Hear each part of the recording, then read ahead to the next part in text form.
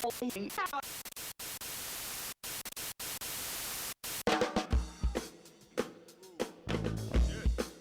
Extreme Wrestling, XCW, bring it back to Extreme. XCW, XCW, XCW, XCW, XCW.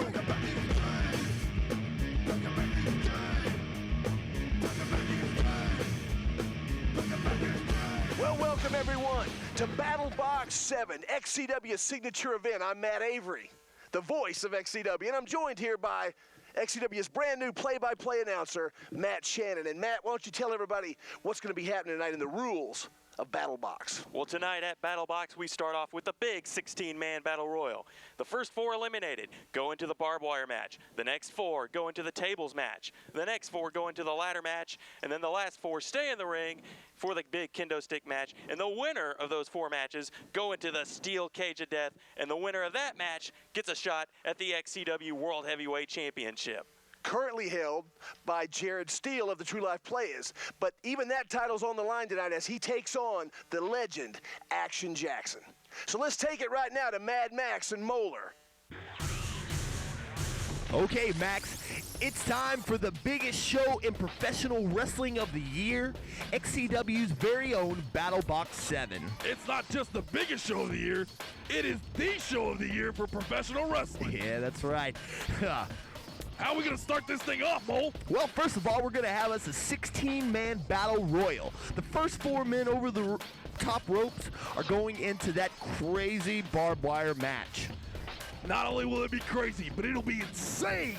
Anything goes in the barbed wire match. I mean, thumbtacks, light tubes, you name it. It just, I don't know why they call it a barbed wire match, but the first guy to get a pinfall moves on to the main event. That's right. Then the second 4 men over the top rope, they go into that tables match. And man, are those things brutal. Tables, it's an elimination style. You want to move on, you got to make sure all your opponents go through one. After that, the next 4 men, they go into the ladder match. Ladders, we're going to hang like a big briefcase from the middle of the ring. And the guy that gets to it first and carry it out of the ring is your winner and moves on to the main event. That's right. I don't know if I'd call it a big briefcase, but it is briefcase nonetheless. Absolutely. Yeah. Anyway, the next 4 men that go over the top rope, they're going into that Singapore cane match. They're going to get whipped like they stole something. Let's hope so, because we're going to start with 2 kendo sticks and 4 guys on the outside of the ring, and they got to race to get to them. The first 2 get to them, they're loaded and dangerous. That's right. After that, the 4 men that won all 4 of those matches, they go into the cage of death. They're going to bring a weapon from each one of the matches that they won, and it's 4 men enter, 1 man leaves. Battle Box champion and #1 contender. It is a crown that only few have held, and it's the most prestigious thing in XCW. That's right. Let's go ahead and take it back to... Whoa. You notice that somebody's missing? Oh, that's right. I thought it smelled a lot better around here. Yeah, it looks like Q Rogue may run Scott Phoenix out of the ring, but Mad Max and Mole ran him out of the business. That's 2 down. Who's next? Well, we do have a new kid, Crikey. Yeah, I see him. It's the Crocodile Hunter. Let's send it back to Matt Avery and Steve Irwin. Crikey. What is that all about? Why pick on me? You're the one dressed like the Crocodile Hunter. You know, we got more important things to talk about. We're about to... Hey, all right, here we go. You see right there? It's time to get to Extreme. We're here. This is a 16-man battle royal where 16 of the best in XCW are going to come out, and they're going to kill each other. It's going to be a great thing. There he is. TLP. Well represented, my least favorite group here in XCW. And Kit Carson and Hugh Rogue proudly representing Moody's Mob. Larry, how do you say that guy's name? Cucumber. That's not what it says here on the sheet. Well, I'll find out later. I'm just going to call him Larry. What I want to know is who this mystery participant is. You know, we haven't announced the 16th guy. I want to find out who this is. Well, we're about to find out here in just a minute. Now we see Jack Drastic, Gemini, Reckless Ricky Jackson, Sid Murder all making their way to the ring. Dave the Rave, Jacob Ladder. Dave the Rave, man, we haven't seen him around XCW in a while. I thought he was on the shelf with a broken neck. Wait a second. Well, look here. It's my former broadcast partner. Apparently he's the mystery entrant. Now we see Red Dog. Well, there's one person missing. We haven't seen Necro Butcher show up yet. I guess we're about to find out what happened to Necro. Hold on, because the surprises ain't over yet. Unfortunately, we are missing one guy out here. Unfortunately, I got the bad news that the Necro Butcher, due to travel problems, could not be here tonight. Homeland The Security. company did everything it could. You said it, not Unfortunately, me. it just wasn't going to happen. So I picked up the phone and took it upon myself to do a little something about it. I'm out here as a surprise. I went back to the XCW retirement home, and I call a buddy of mine to Wait make a this second. a complete Battle Box Battle Royal. Oh my, it's Drunk Adam. The last time we saw him, it was at Naughty or Nice when he lost to Hugh Rogue in the Loser Leaves XCW match. Well, that's what Phoenix said. Now, the first 4 guys out in this going to the barbed wire match. The second 4, you remember what they do now? You remember, newbie? The second 4 going to the tables match. And, hey, wait a second. Scott Phoenix just eliminated himself. And wait a second. Now Hugh is eliminating himself. I think I get what's going on here. Scott Phoenix and Hugh Rogue have a big score to settle. Now Drunk Adam eliminates himself. Certainly no love lost between Drunk Adam and Hugh Rogue. And Dave the Rave? What the heck is he thinking? He's not thinking. You know, there's a lot of history between the other 3 guys. They all hate each other, but Dave the Rave may have just signed his death warrant. And now we get underway with this Battle Royal. Everybody going to work on each other. Red Dog peppering Scott McKenzie with lefts and rights. And now Jacob Ladder trying to eliminate Kit Carson. Kit Carson with a nice scientific move there, poking Jack Drastic right in the eyes. Hey, it's very effective, and that's one thing about Kit Carson. He is effective. You know what? If you want to scientifically wrestle Kit Carson, you can do it. That's not what this is about. This is about throwing the next guy over the top rope and finding out who goes where. Well, Gemini trying to throw Simons over the top rope, but Simons not budging. Meanwhile, Brett Barnes slams Reckless Ricky Jackson head first into that turnbuckle. Well, this one's getting out of control in a hurry. This is very hard to keep track of. Well, you know, the toughest thing about a Battle Royal is there's no way you can watch your back. Yeah, it's every man for himself. No friends in this match. No love lost there between Scott McKenzie and Jack Drastic. Meanwhile, Gemini going to, or is that Sid Murder rather, going to work on Larry Kenyang. And now Scott McKenzie and Jack Drastic both have been eliminated. They're going into the tables match. Big clothesline by Drastic. And now Al Jackson's been eliminated by Kit Carson. So for the table so far, we've got Drastic, we've got Scotty Mack, we got Al Jackson. And now we got Kit Carson. Whoa. That will be a very interesting match for sure. 2 former XCW heavyweight champions, 2 former TNT champions. And now the next 4 will be going into the ladders match. Red Dog chopping away at the competition here at XCW. Hey, who's the Indian guy in the ring? With the big mohawk. Looks like Jacob Ladder. Now Larry Kanyunga has been eliminated. Larry who? Kanyunga. That's what it says on my sheet. Now Brett Barnes clotheslining Gemini over the top rope. So now we got Larry and Gemini in the ladder match. Now it looked like Ladder was going to eliminate Brett Barnes there, but elected to slam him into the turnbuckle. I guess he wanted to wear him out. Oh, Ladder tried to clothesline Brett Barnes, but Barnes was ready for him. Tonto going over the top. Now Brett, Oh! Overhead, belly to belly. Red Dog eliminating Brett Barnes to the outside. Let's look at that. This. Oh! God. Brett Barnes' back could have gone out. Now here we go. We got our kendo stick match. Gregory Simons, Red Dog, Reckless Ricky Jackson, and Sid Murder.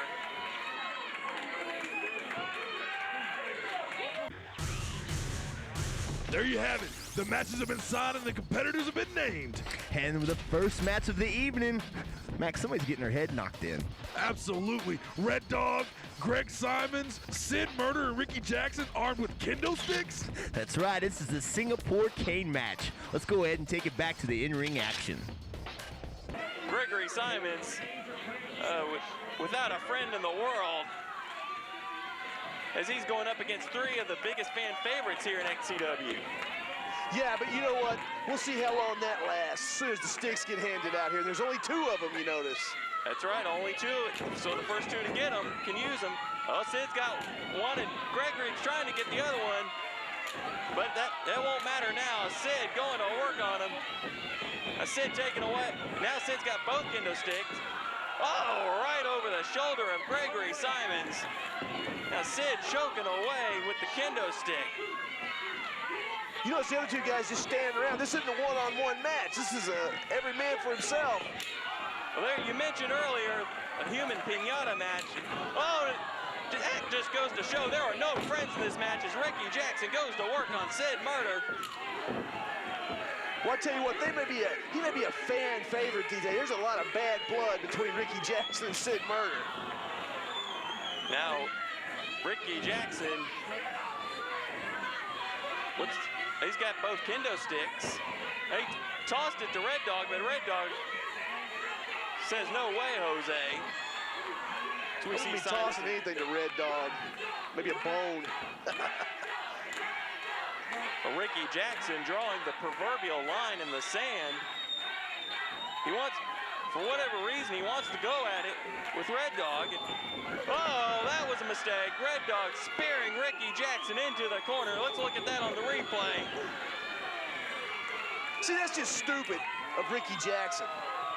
Why not go ahead and just bust Red Dog with the stick instead of watching him? Oh, my God. It looks like Simons is getting busted open with the stick. Oh, Simons is out of it. Simons just collapsing to the floor. Look at the swelling on the side of his head. Oh, he's busted open. Wearing the proverbial crimson mask. Oh, Simons tried to duck, but did him no good as Red Dog got him over the back with that kendo stick. Simons now on the outside. I don't think he knows where he is. And Red Dog. Look at Sid Murder, man. Knock Sid right into next week. I'm no fan of Red Dog, but I tell you what, anybody lays into Sid Murder like that's all right for me. And Larry the Cable Guy taking a beating in the corner. So that's your nickname. That's your little nickname for Ricky Jackson. Red Dog spears Ricky again. Oh, this could be, do it, 1, 2. Only a 2 count. Sid breaks it up. Now Sid's got the kendo stick. Oh, he tried to hit Red Dog with it, but it had no effect. My 8-year-old hits harder than that. Sid again trying to hit Red Dog with the kendo stick.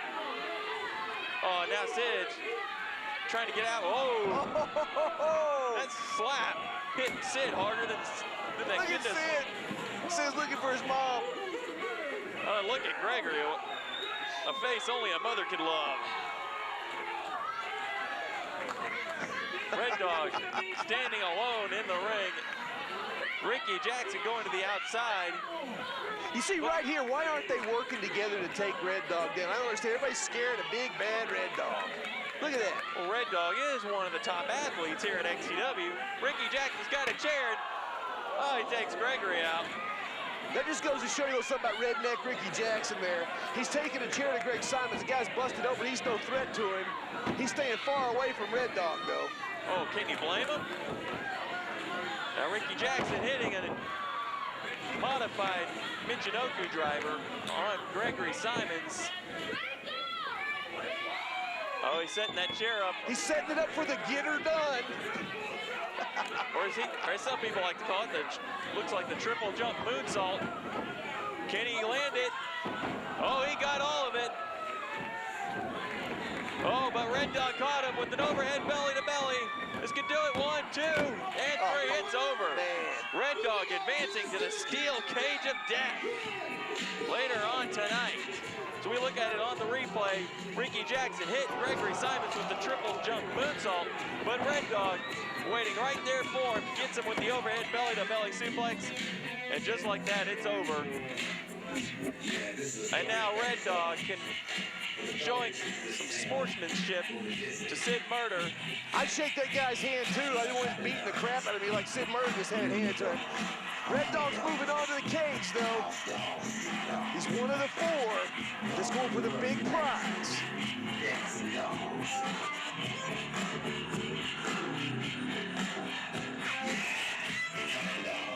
Oh, what a match we just saw there. Totally out of control. Red Dog taking everybody out with the kendo sticks, certainly proving that there are no friends here at BattleBox. If I'm Greg Simons, I'm filing assault charges because that was a 3-on-1 beating, but nonetheless, Red Dog moves on to the finals.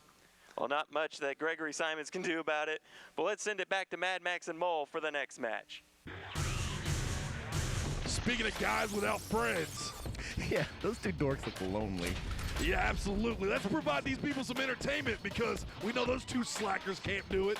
That's right. Next up, we have that ladder match. When 4 men, one of them is going to climb up that ladder and get that briefcase high in the sky. Absolutely. We got Larry, Yum. Just quit, Max. Just What? Stop. All right, well, he's coming out with Miguel Espinoza. Once De La again, Cruz, Max, Gonzalez. Max. You failed Spanish. You failed Spanish. Man, I was in Spanish for 4 years in high school. And you failed. We're not talking about them anyway. I thought we were bagging on that other kid. That's right. All right, well, I hear that Miguel's got Larry a new workout program to prepare him for BattleBox 7. If I had Miguel as a personal trainer, I don't want him. It's Miguel Simmons, man. Have you seen him lately? He's got the sweatbands. He's ready to go. He's got Larry in condition, ready to roll. That very well may be. But anyway, I digress. Well, next up we have Brett Barnes coming out, the stripper man, but I think it's going to take more than his pretty looks and his fancy dancing to climb that ladder to get that box out of the sky. You're right. He probably needs to lay all those guys down so he can get up to that briefcase. I think he's going to have to lay him down just to get to the first step. Either way, he's with the Players Club, and you know how they like to roll in packs. That's true. Who's next? Gemini with the G-Force Super Kick. The man's got some ups. He can jump to the 3rd rung on that ladder without even blinking an eye. That's true, and I think last but not least, we have Jacob Ladder. How could Jacob Ladder end up being in a ladder match? I think it just was coincidence, if you ask me, but it doesn't matter because he can win it. Well, he's going to have to call on his father if he plans on going past those 3 guys. You may be right, Max. You may be right. But nonetheless, let's go ahead and get it on with this ladder match. Well, let's send it back to Matt Avery and the kid that I passed in high school, or at least did my tests, Matt Shannon. All right, it's time for the big ladder match here at XCW BattleBox 7. And as you can see right there, an exact replica of the briefcase that the 4 men will be going for in this ladder match. As making his way to the ring is Larry Kanyunga. Only took me a few minutes to finally figure out how to pronounce his name. Larry, definitely one of the top talents here at XCW, with Miguel Hernandez, whatever his name is. Let's just call him Miguel. I call him the Mexican Richard Simmons. Well, be that as it may, Larry choosing not to go it alone here in this match, as he has Miguel outside to watch his back, as it were. Yeah, I'm sure he washes his back, too. Larry Kanyunga from BattleBox to become a champion. He's been sweating to the oldies. I thought Larry was like, I thought he was into the tamales. I guess I was wrong. Nonetheless, though, he's got his work cut out for him because this is going to be quite a match. And this stuff here. What is this? Just what on earth is this? It's Miguel's fitness program that's got Larry in the tip-top shape that he's in. Well, I don't know how much that's going to help getting ready for the ladder match. Well, we may see our own little ladder match right here. Miguel's setting it up, and that's the whole point. That ladder's going to be used in ways the ladder was never meant to be used, I can promise you. But the goal is to climb to the top and pull down the briefcase that holds the ticket to the steel cage of death. Now, Avery, I have to apologize. I know I'm supposed to be an unbiased broadcast journalist, but I just can't. I cannot stand the TLP, and I especially can't stand guys like Brett Barnes. Well, yeah, I imagine you couldn't. You know, Brett Barnes, good-looking guy, a lot of women. You, not so good-looking, no women. Let's not go there, please. The TLP's where it's at. Whether you like him or whether you don't, you got to respect him. You got Brett Barnes, man. There's a $1 million body right there.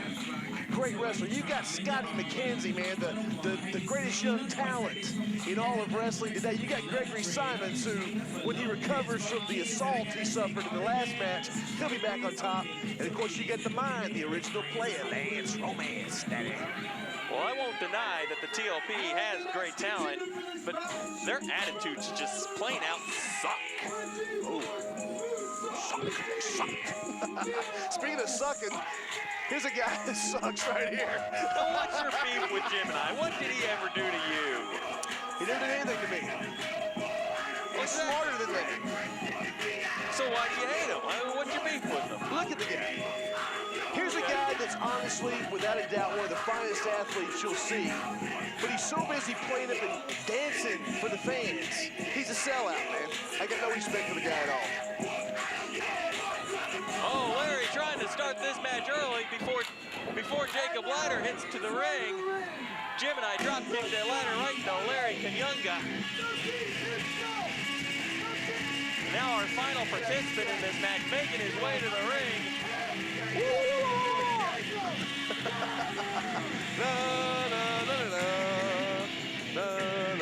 The Mohawk native. I knew he was a Mohawk. Mohawk Indian. Gemini tosses his t-shirt into the crowd. Some lucky fan. Some lucky fan. Knowing Gemini, that thing hadn't been washed. I'll tell him you said that. I'll get him on your case faster than you. Never mind. Stick to the business at hand, Matt Shannon. Oh, Brett Barnes, a bit hesitant to get into the ring. This match is underway. Gemini going to work on Larry Kanyunga. Oh, what a hard chop. I'll tell you what, these four guys have got quite a legacy to fulfill because BattleBox is famous for some of the most awesome ladder matches that the sport of wrestling's ever seen. Oh, shot below the belt from Gemini to Larry. It's Jacob Ladder setting that ladder up into the corner. Looks like he's going to try to suplex Brett Barnes into this ladder. Oh, my Lord. He didn't quite get all of it, but just enough. Probably did some damage to the leg of Brett Barnes. The leg, everybody dropped him on his head. It's a good thing Brett Barnes doesn't have a neck. Meanwhile, Gemini to work on Larry Kanyunga in the corner. Now Ladder. Oh, Gemini whips Larry Kanyunga right into the ladder. Meanwhile, Jacob Ladder going to work on Brett Barnes. You know, this is such a dangerous match. People have no idea. You know, everybody thinks of it being a real, you know, you climbing to the top and falling off. Man, I've seen two guys get dropped on their head here. Very dangerous match indeed. It's Jacob Ladder daring Brett Barnes to get back up. And now Brett Barnes going to work on Jacob Ladder on the, but Ladder's got him. Overhead, belly to belly suplex right in the ladder. Once again, it's a good thing Brett Barnes is the highly conditioned athlete that he is, or he'd be careflighted out of here. Oh, an ordinary man, they'd be in the hospital already. Oh, Jacob Ladder tried to whip Larry Kanyunga to that ladder, but Larry stopped in his tracks. And now Jacob Ladder face first into the ladder. Boy, that's a tongue twister for you. There we see it on the replay. Your ladder's a whole lot better looking now, though. Be that as it may, Gemini whipped into the ropes, taken down with a nice drop kick by Brett Barnes. A nice drop kick. That's the best drop kick you'll see in professional wrestling right there. Now Brett Barnes trying to set up that ladder, but I don't think he's gonna have too much luck with that, seeing how And it's all broken down. Oh, Gemini takes Brett Barnes out with a drop kick of his own, and Brett Barnes going to the outside. Let's send somebody to the hardware store for another ladder. As Larry takes Jacob Ladder down with a nice vertical suplex. Now Gemini has that broken ladder. Oh! Rams Larry with that ladder face first. Holy moly! That's a deadly weapon. Look at it. You know the edges of that thing. They're like, it's like throwing a razor blade to somebody's face. And Miguel looking on, concerned about his good friend Larry Kanyunga.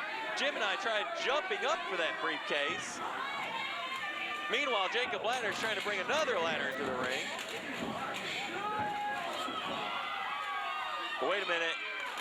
Oh, holy moly, Larry Kanyunga leg drops the ladder right into Jacob Ladder's face.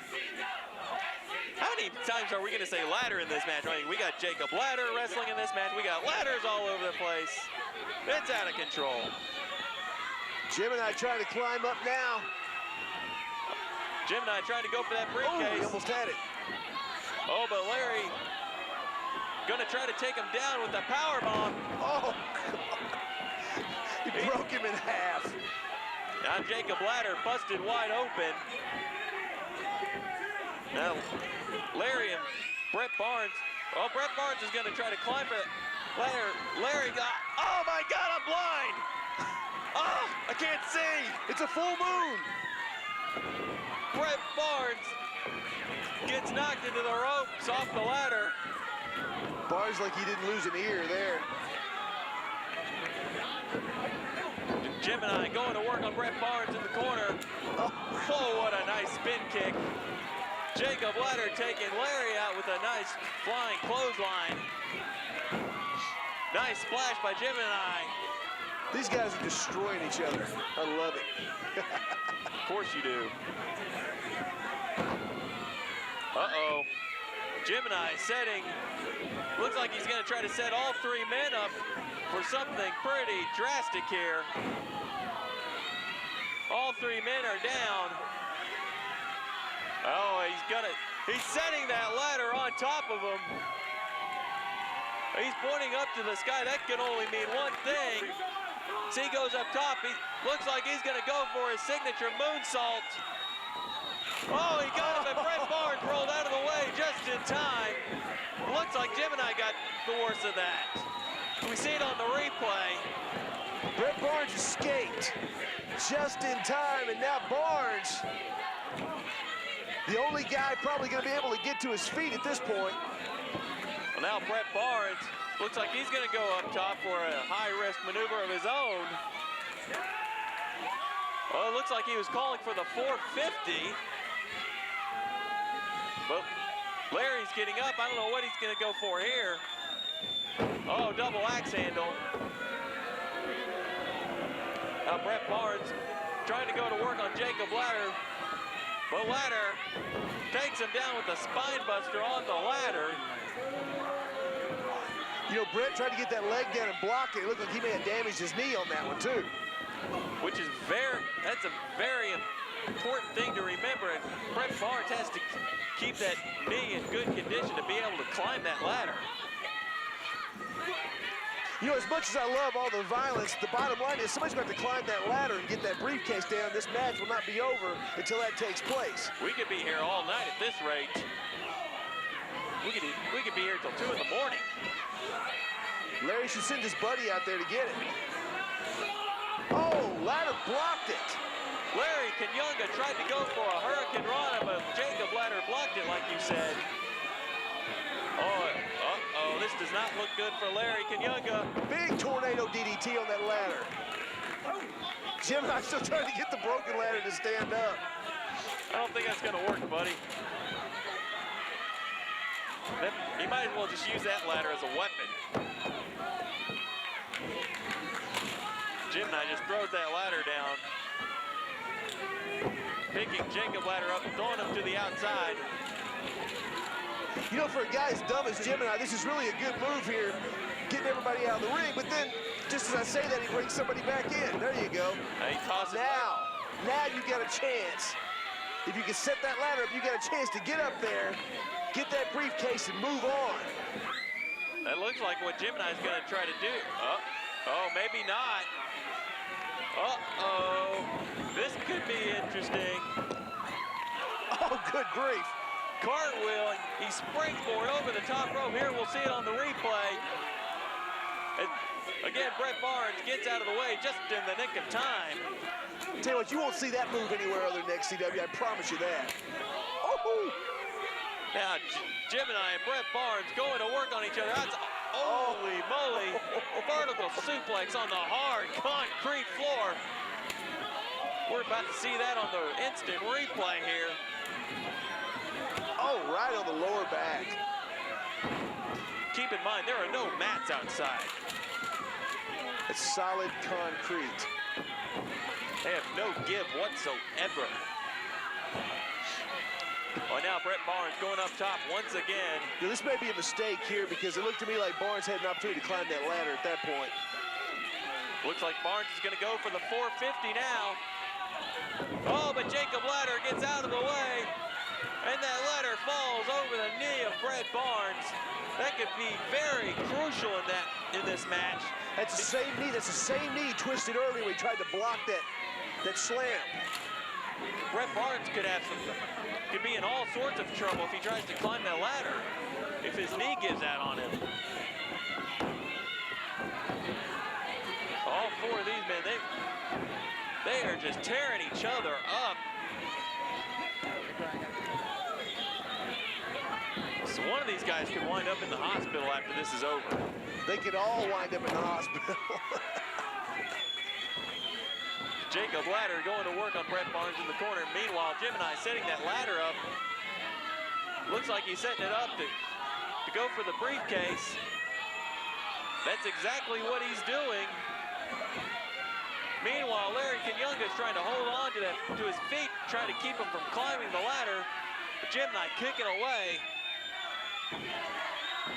Oh, Gemini, he could have the briefcase here. Look, he's reaching for it. Oh, he just not quite able to reach it. Kicks Larry away from him. Gemini almost there. Oh, he's got him. Oh, the briefcase fell. Bret Barnes has it, that's right. He stole it. He didn't stole it. He stole the briefcase. He found it. Gemini had the match won, and Bret Barnes didn't even make an effort to climb the ladder. He just went up there, he just stole it. Oh, this makes me sick. That, my friends, is intelligence at its highest point there. Bret Barnes. That's highway robbery, that's what it was. That was great. Bret Barnes stole it, come on. You know what? The goal of that match is to reach up, get it, and take possession of it. Gemini knocked it down, and Bret Barnes took possession of it. Bret Barnes moving on to the finals.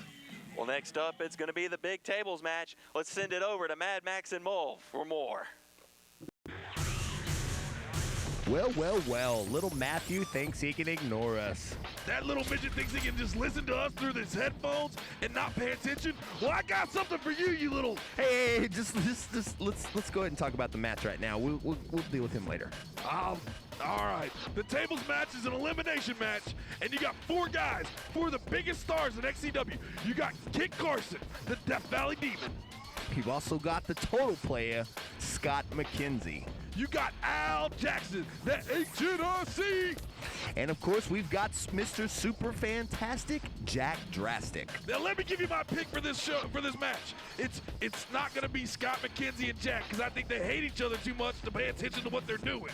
For once, Max, you're right. What I think, man, these guys are gonna end up beating each other up. They're gonna forget about the other two men in the ring, and that could lead to trouble. Absolutely. And Al Jackson hasn't seen a ring in, well, let's see, he got served 1 to 5, and he made Max, you can't even add. Anyway, the point is, Al Jackson's probably been doing a whole lot of training in the pen. All I hear is that they eat and lift weights in there.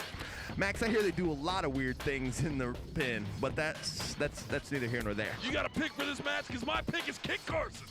I'm not sure I have a pick for this match, but I do know the winner could go on to be the new BattleBox champion. And if that happens, we're going to have a new sheriff in town, Max. Well, speaking of sheriffs, let's send it back to Sheriff Avery and his deputy, Barney Five Shannon. Barney Five. What is up with that? I'll check and see if you had a bullet in your pocket there. Or you just glad to see me. Hey! Well, be that as it may, it's time for the big tables match. It's going to be Jack Drastic versus Scott McKenzie versus Kit Carson versus Al Jackson. As now Kit Carson's about to make his way to the ring. Now keep in mind, Kit Carson managed by Steve Mooney, who at one time was Al Jackson's manager.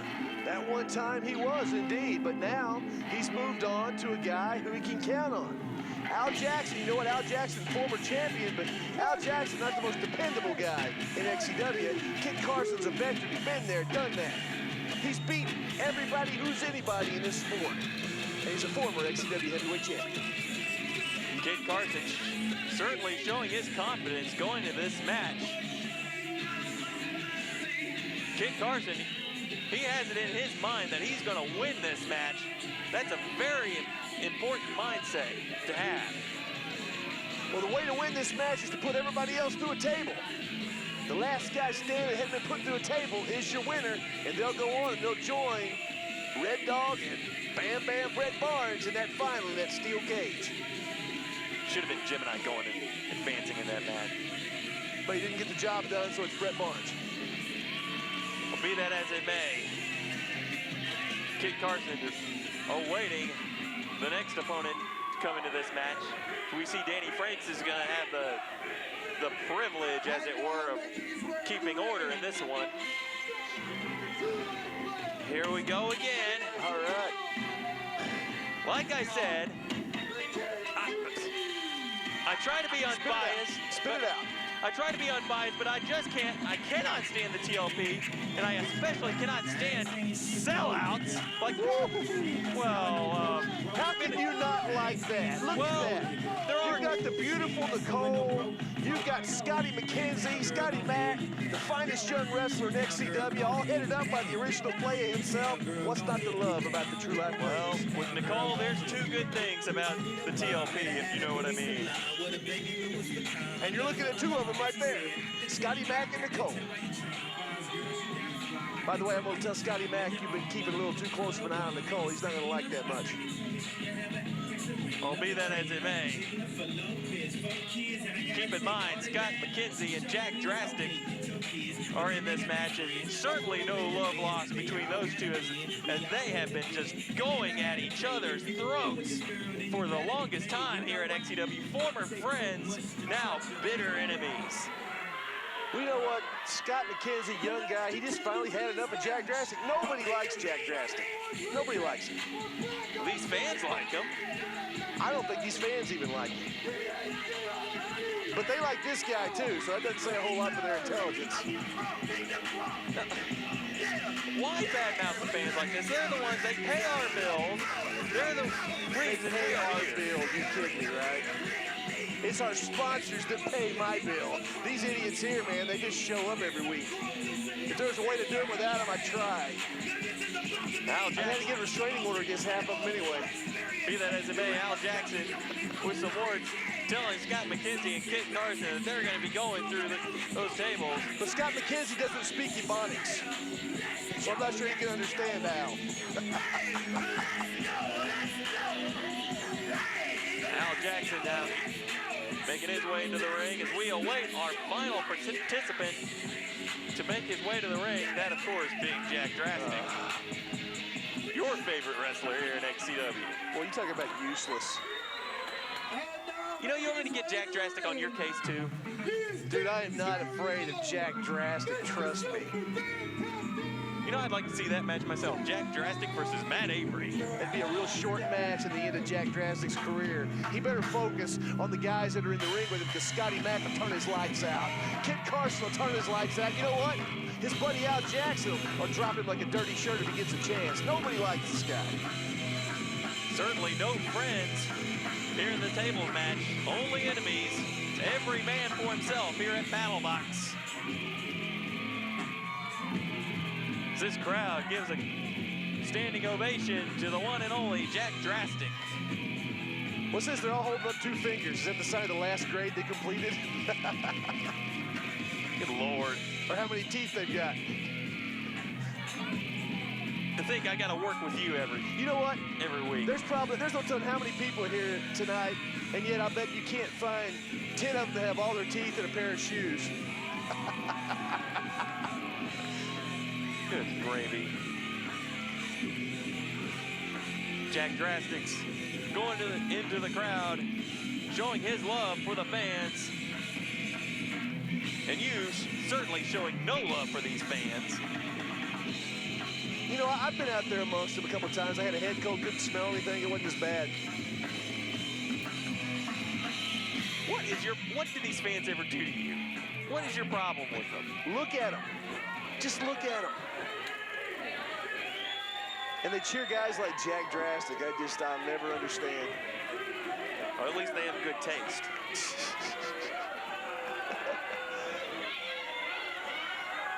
Now all 4 men entering the ring. Danny Frank signals for the bell, and here we go. Kit Carson going to work with Al Jackson, and immediately Jack Drastic and Scott McKenzie going to work on each other. Like we said, no love lost between these two. Well, all of these guys, both sets of these guys, they both hate each other. They all hate each other. Oh, double drop kicks taking Kit Carson and Scott McKenzie both to the outside. Now Jack Drastic springboards over the top rope, punching away at Scott McKenzie. These men fighting on the outside of the ring. Oh, head first into the steel post. Now all 4 men are outside of the ring. You gotta watch yourself outside the ring. It's like an Addams Family reunion out there. Al Jackson and Kit Carson exchanging hard slaps and chops.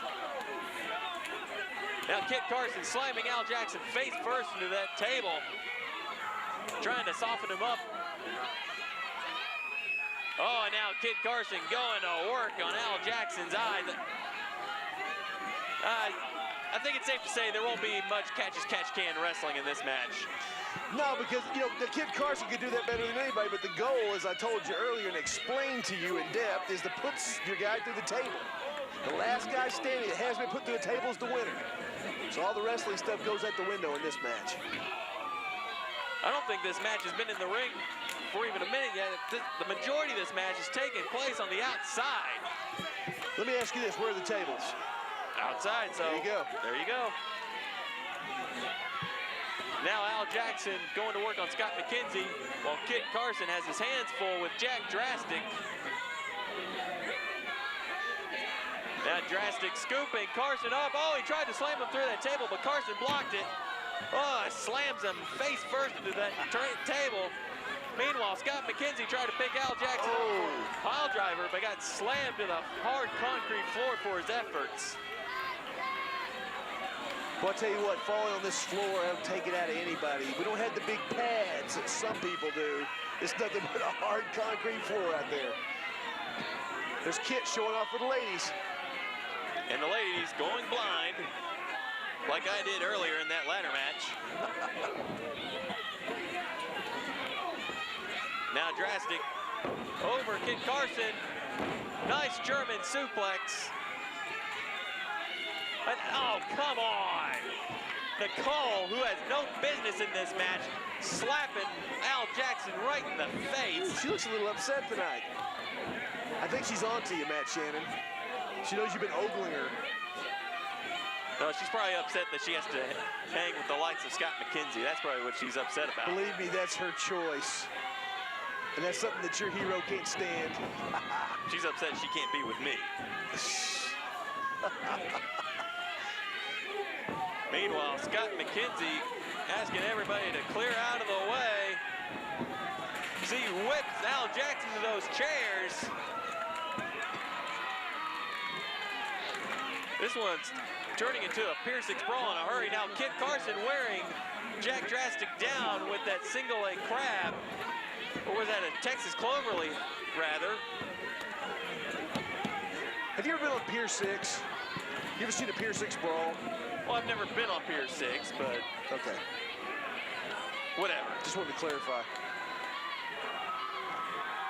Well, if Kid hits this, it's over with for your hero. Oh, Oh, but he rolled off. rolled out of the way. Now Jack Drastic clubbing Kit Carson over the shoulder. Slams it face first into the to the table. Oh, what's Drastic's eyeing somebody here.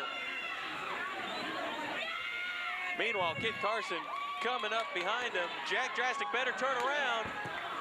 Jack Drastic getting distracted with Steve Moody. Not very smart. Well, Jack Drastic just trying to be a bully and intimidate Southside Steve Moody, who I can promise you is not scared of the likes of Jack Drastic. Now Kit Carson climbing up that bar. Takes Drastic down with a nice cross body. That's why Kid Carson can do it all. You want to fight, he'll fight. You want to wrestle, he'll out-wrestle you. You want to go hardcore, he's the man. Got to give Kit Carson credit. He's been around this business for a long time. He's beaten the best. He's been in the ring with the best. He has just as good a chance as anybody in this match to win the tables match. Tell you what, he's got as good a chance as anybody winning Battle Box. There we go. Lay it in there, Scotty Mac. Scott McKenzie choking away at Jack Drastic.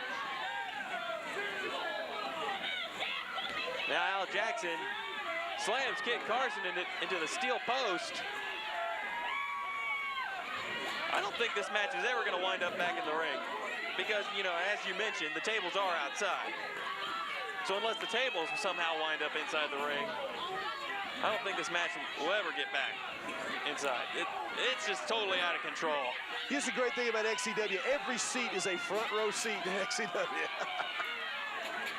Now Jack Drastic has Scott McKenzie on that table. Oh, but McKenzie rolls off of it just in time. What's Kit Carson picking up Al Jackson. Uh-oh, this doesn't look good. Looks like he's gonna try to suplex him on those chairs. Meanwhile, Jack Drastic and Scott McKenzie going to work at each other, beating the you-know-what out of each other. Oh! Al Jackson's vertical suplex. Kit Carson over those chairs. Now Al Jackson has a steel chair, laying it on top of Carson. What a double stomp. Kit Carson's wind could have been knocked out of him right there. And if that double stomp didn't knock the wind out of him, that chop certainly will. So Al Jackson slamming Kit Carson across the table. And now Al Jackson going to work on Kit Carson's eyes. A little payback for earlier in this match. And see, Scotty Mac took Jack Drastic in the ring for you since you were complaining about not being in the ring. And there's your buddy Drastic taking him right back outside. It wasn't a complaint, it was just an observation. Just trying to analyze the match here. Al Jackson rolls Kit Carson into the ring. Drastic scoops him up. Nice scoop slam. Yeah, Drastic's good at taking care of business after somebody else has already done all the work. Drastic whipping Carson into the ropes. Looks down. Oh, Carson tried to drop kick Al Jackson outside the ring. It looked like couldn't quite get all of it. Looked like his legs might have given out on it.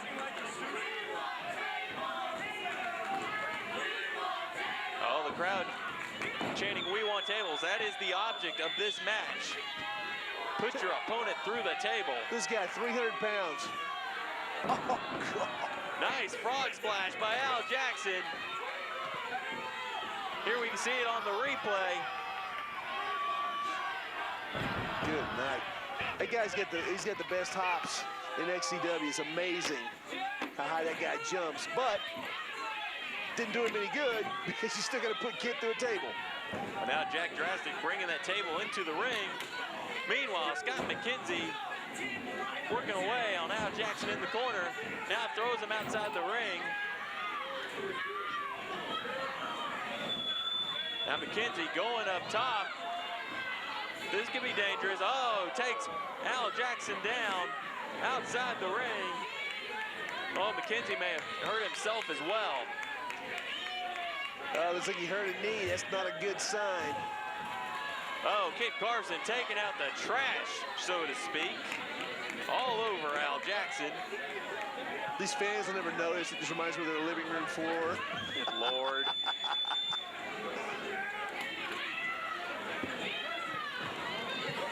Meanwhile, Kit Carson wondering what to do.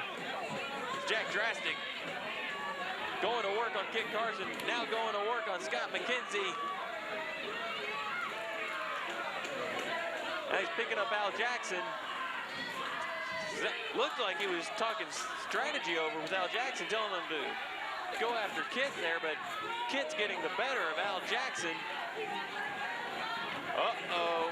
We could have our first elimination of the match. One can only hope. Kit Carson has Al Jackson set up on that table.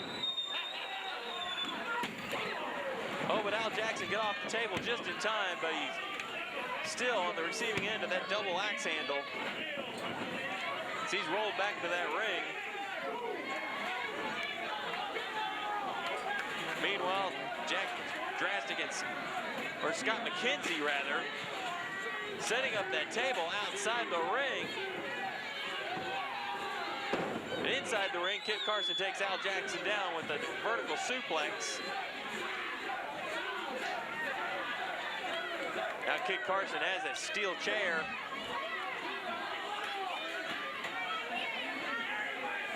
Kit Carson trying to figure out what to do here. Jack Drastic drop kicking Kit Carson back to the outside of the ring. Look like Carson and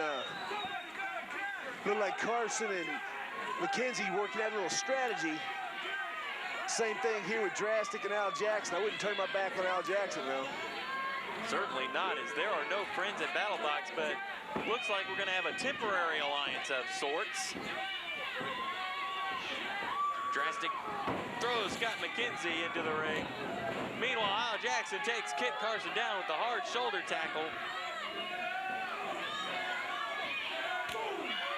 Oh, Jack Drastic laying the forearm into Scott McKenzie. Good grief. Al Jackson super kicking Kit Carson outside the ring. Nice back elbow by Jack Drastic, taking Scott McKenzie out. Scott McKenzie rolls onto the stage. All four of these guys look like they're starting to run on fumes a little bit. They're just about out of gas. At this rate, they may just fall over onto the table instead of getting slammed onto them. You got to go through the table. And it looks like, hopefully we'll see somebody go through. I'm hoping to see Jack Drastic go through maybe four. Of course, you would hope that. Al Jackson setting that table up.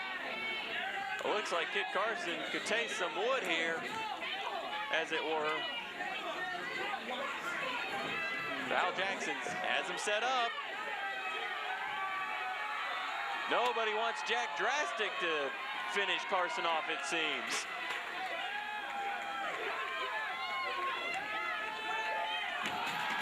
Springboards off the top rope, and Kit Carson is eliminated from this match. Let's look at it on the replay. Drastic measures. Kit Carson through the table, courtesy of the Drastic measures.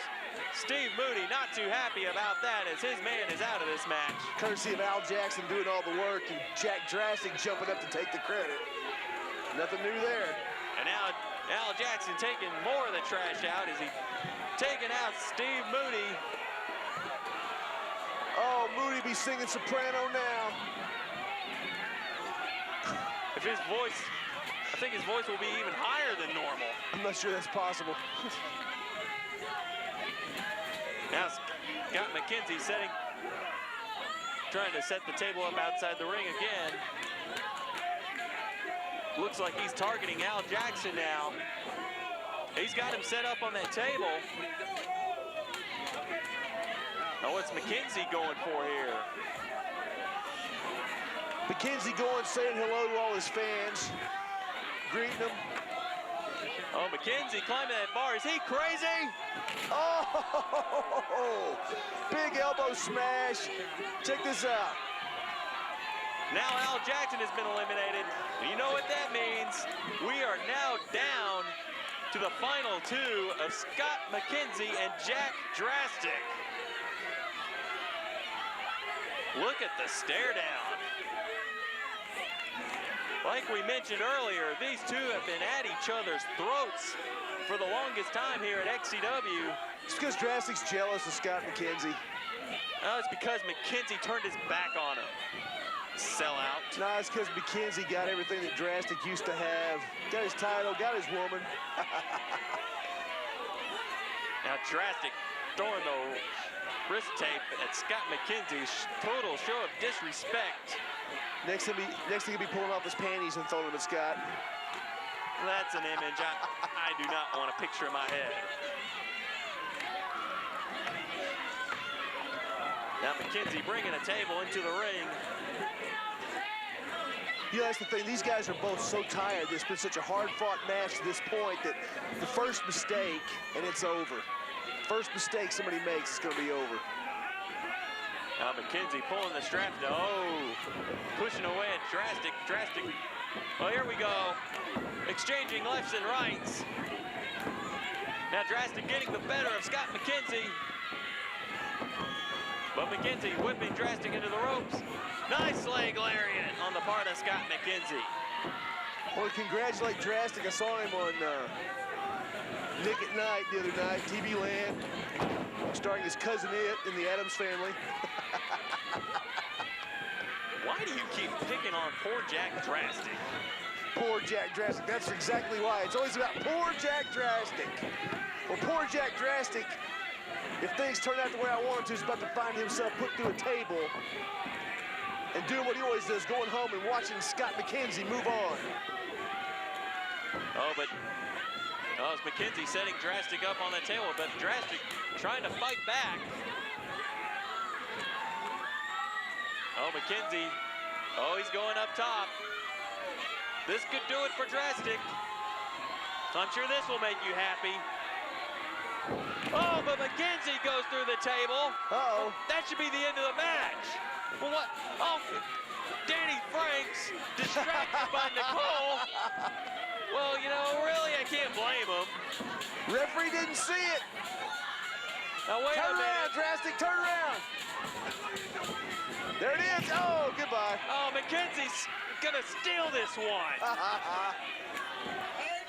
This There is it not is. right. All right. Scott McKenzie stole one Battle out Box from under 7. Jack. You Wait a thought you could cheat second. your way to the main event of the most violent show on the planet? Oh no. See, I've instructed the production team to play this tape because I knew about Plan B.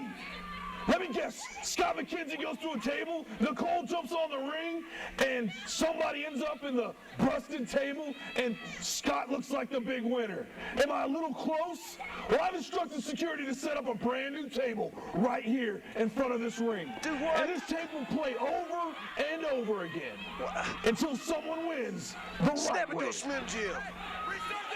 The owner of XCW Night taking control. He knew what the TLP was up to, trying to steal this one.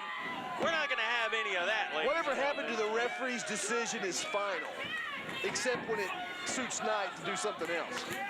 So Scott McKenzie ends up getting ripped off because Knight don't like Lance Romance. Well, can you blame him? Lance Romance is a jerk. That's not what you said the other night What are you talking about? when you were asking him for his autograph. I was not asking him for his autograph. I was asking him to get the heck away from me. Uh-oh. Uh-oh. Scott McKenzie could still win it, trying to... It's some sort of jailhouse maneuver here. Jack Drastic trying to make something weird out of it. I think he's trying to hold on to dear life to keep from going through that table. Scott McKenzie trying to German suplex him through the table outside the ring. But Drastic with some elbows to the side of McKenzie's head. And now Drastic looks like he's gonna... Oh, no, no. Oh, And justice is served, ladies and gentlemen. Justice is served. Good grief. You were crying about Bret Barnes stealing the match. Knight stole that match right there, and Jack Drastic got something else handed to him. Look at this. We're going to see it on the replay here. You know what? When the way they flipped over, it looked like Drastic may have hit that table first. From the angle I saw, it looked like McKenzie went through it He first. should be disqualified. You know, you're complaining about Knight stealing this one away from McKenzie. McKenzie tried to steal it away from Drastic first. Drastic's never earned anything in his life. Everything he's ever had has been handed to him. Well, good for you, Jack Drastic. You get to go under the steel cage. We'll see if Red Dog and Bam Bam Bret Barnes hand you anything other than a butt kicking. Al Jackson congratulating his friend Jack Drastic on a hard-fought victory in the big tables match. Way to go, Jack. Way to go. Way to go, Jack. Good Lord. Shit. And listen to the crowd giving their support to Jack Drastic. Their support. They can't support themselves. Be that as it may, Jack Drastic will be going on to the cage of death. But who will be joining him, Red Dog and Bret Barnes? We'll find out as we get ready for the big barbed wire match.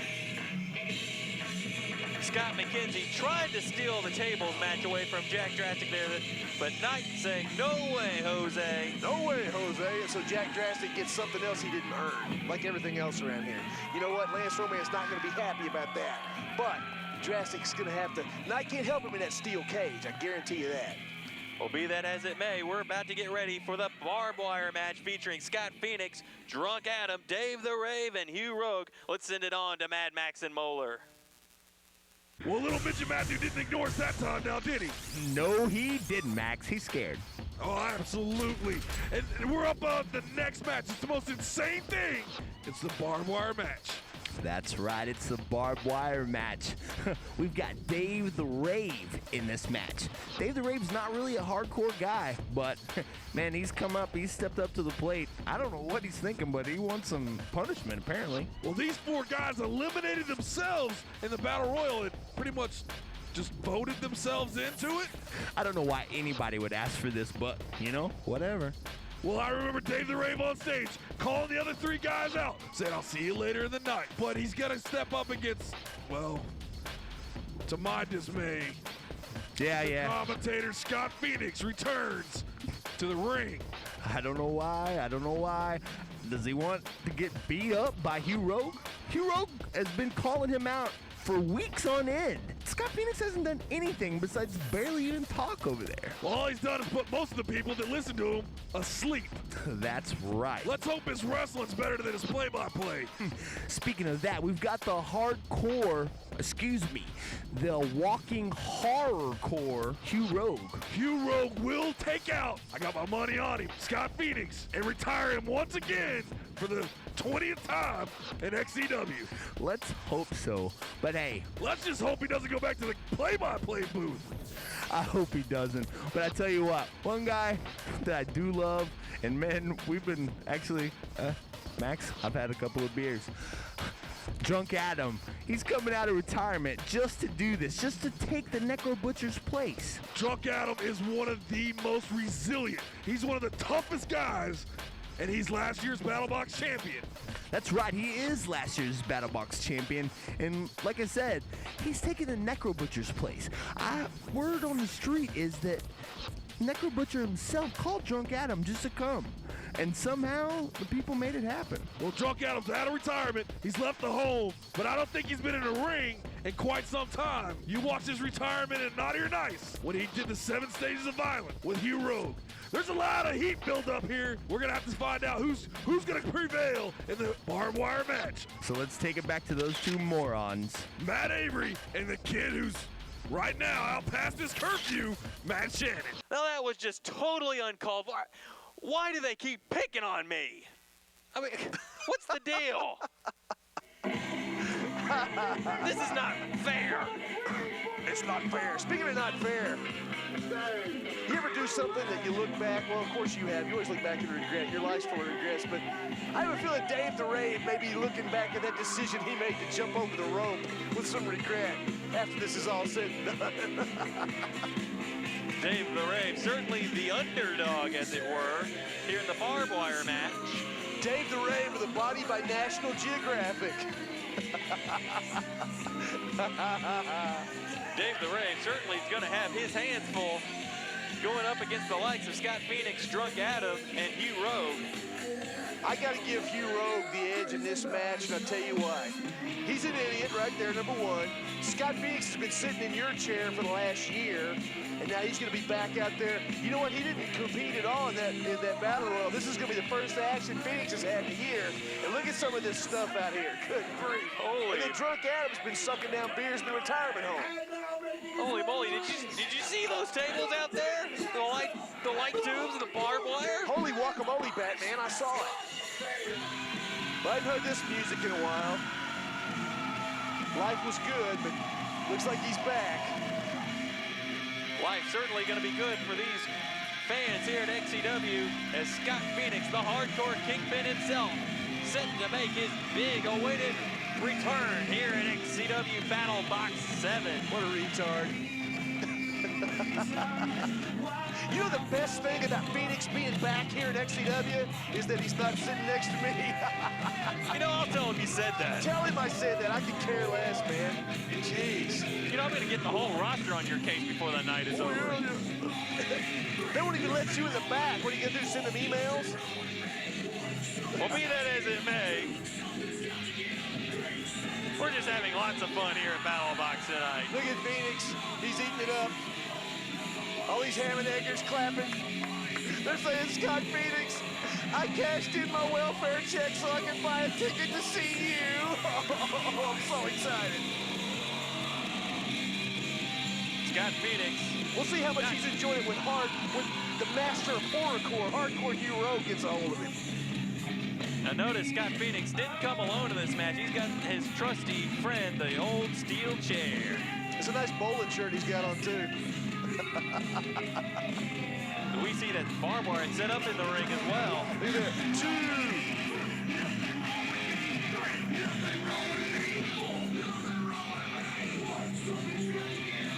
2. We await the arrival of Hugh Rogue and Drunk Adam.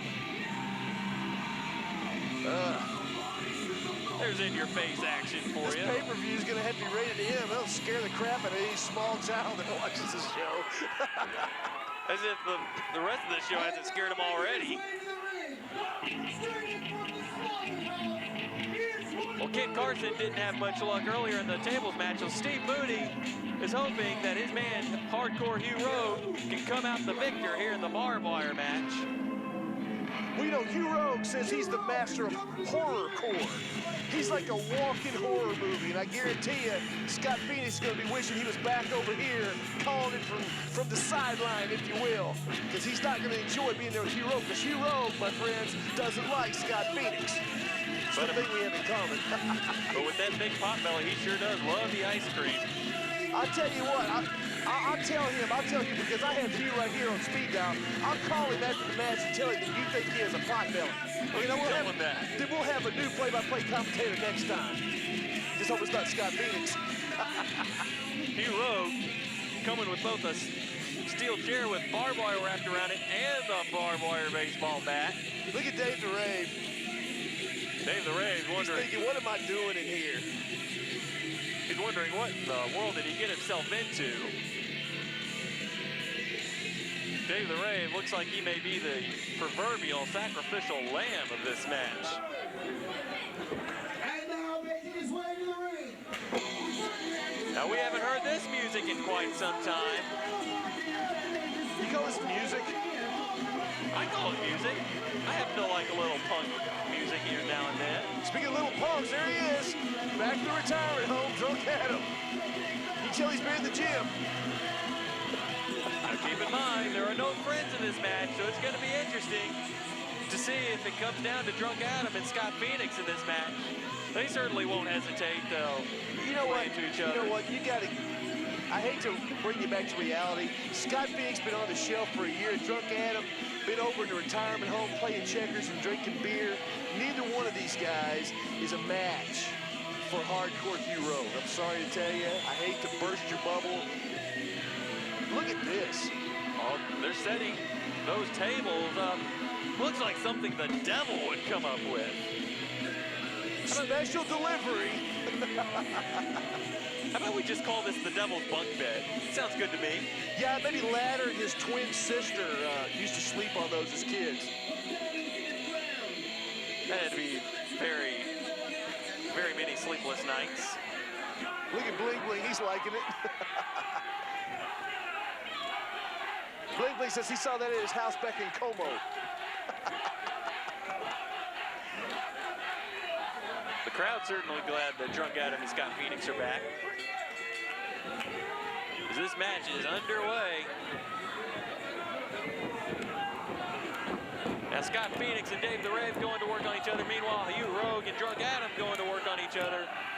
Like I mentioned earlier in the broadcast. Going to work on each other. Hugh Rogue is beating Adam like he owns it. Oh! Well, you know, it is baseball season, and Scott Phoenix swung for the fences there. Dave the Rave. He looks like he doesn't know where he is. Of course, he started up the match that way. Look at that. Looks like Drunk Adam trying to go for revenge on Hugh Rogue for what happened at Naughty or Nice. Meanwhile, in the ring, Scott... Look at Phoenix, his back's already hurting him. I tried to tell him, dude. Stay over here in the broadcast booth where it's safe. Hello. Needless to say, that's gotta hurt. You know, here's the thing about Hugh Rogue. You made your comment about his pot belly. Let me tell you something. Hugh Rogue's about 325 pounds. Hugh Rogue has stood up with the biggest and baddest guys in this industry and traded chair shots with them and put them down first. You can't hurt this guy. And he has all kind of creative ways to hurt you, believe me. Hugh Rogue, going for cardboard with barbed wire on it. Meanwhile, Scott Phoenix has barbed wire stuck on him, trying to get it off of himself. This match getting ugly in a hurry. Not that it was going to be pretty in the first place. Oh, Dave the Rave laying it in on Phoenix, saying, welcome back. Dave the Rave surprisingly holding his own here in the barbed wire match. Hey, let me tell you something about Dave the Rave. Dave the Rave's a tough guy. He ain't the smartest guy out there, but he's tough. Meanwhile, in the ring, Hugh Rogue. He's tenderizing Drunk Adam. Tenderizing him like a piece of meat with that barbed wire baseball bat. Now Dave the Rave gets slammed onto that barbed wire. In the ring, Hugh Rogue. You know the great thing about XCW is when they pan to the crowd like that, it's kind of like America's Most Wanted. You know, you get pictures of people that are probably convicted felons. And one of them's in the ring, and his name is Hugh Rogue.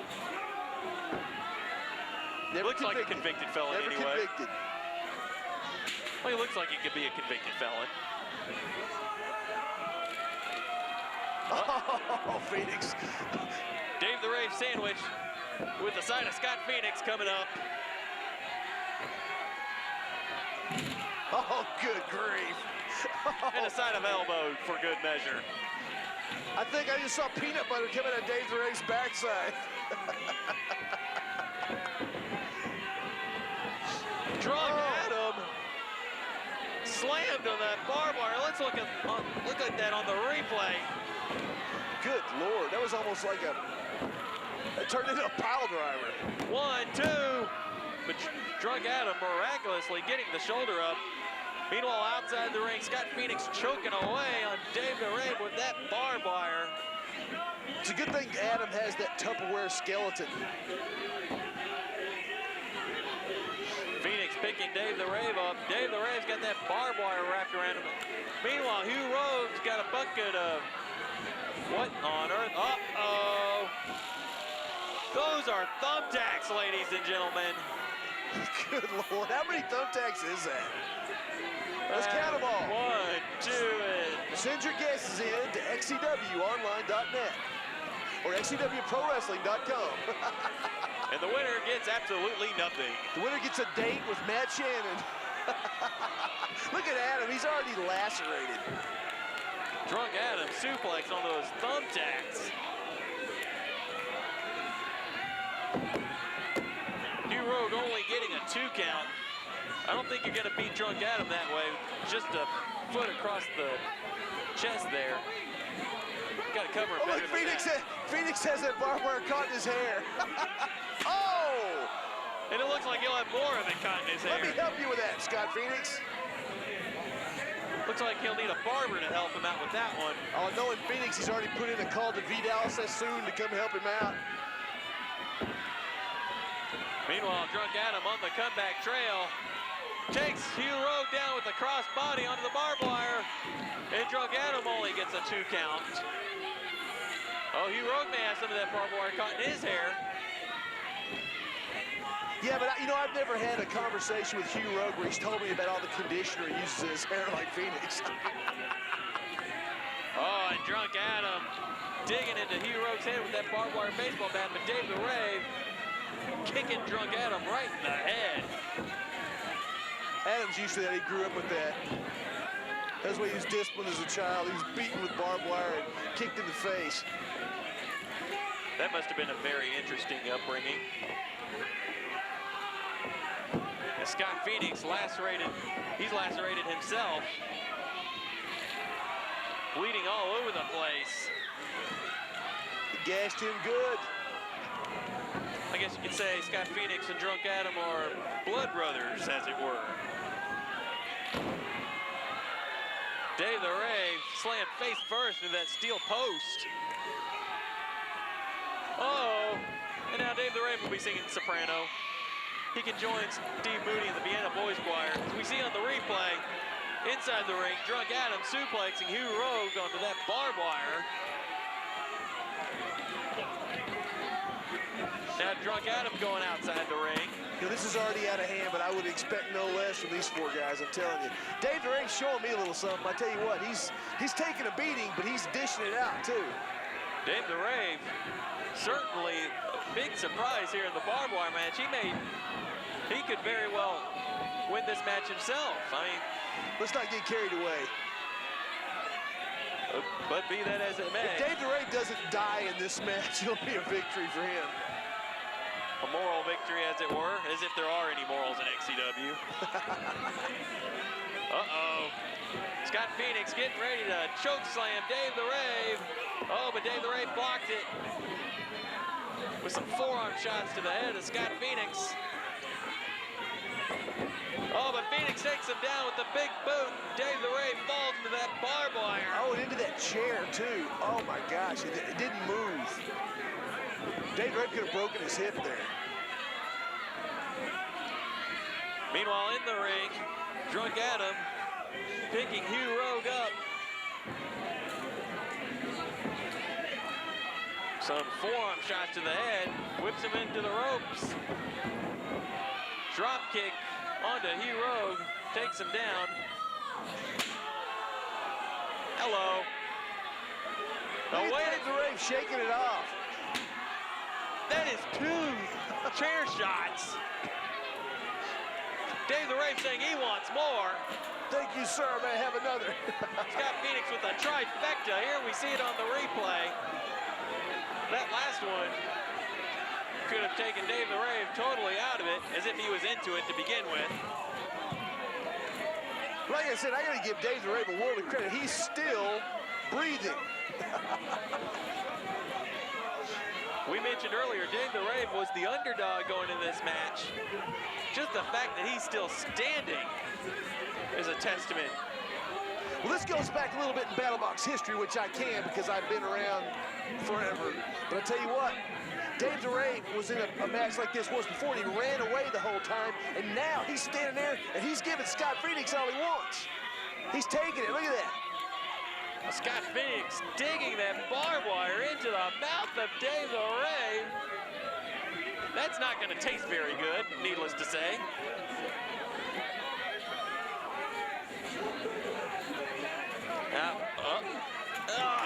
Oh.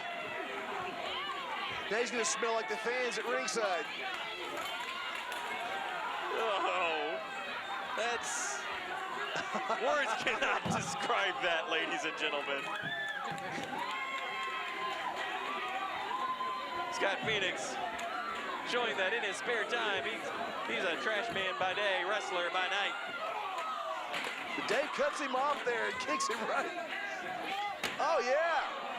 Dave the Rave showing some fight in this match, slamming that steel chair across the back of Scott Phoenix. Kicked him right in Little Scott. Meanwhile, Hugh Rogue slams Drunk Adam with that chair right across the back.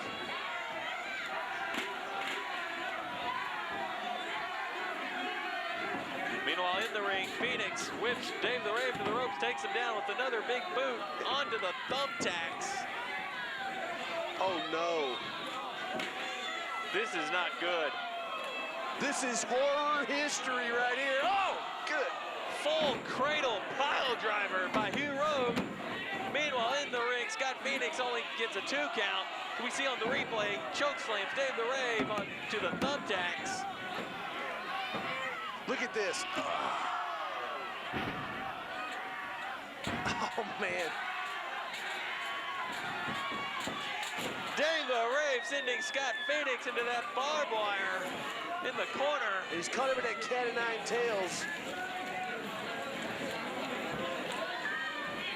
And now he's going for a DDT. Didn't quite get all of it, but Justin looked like Scott Phoenix tried to block it. He did. He blocked it, and he drove him down. And look at it. Dave the Rave is covered in thumbtacks.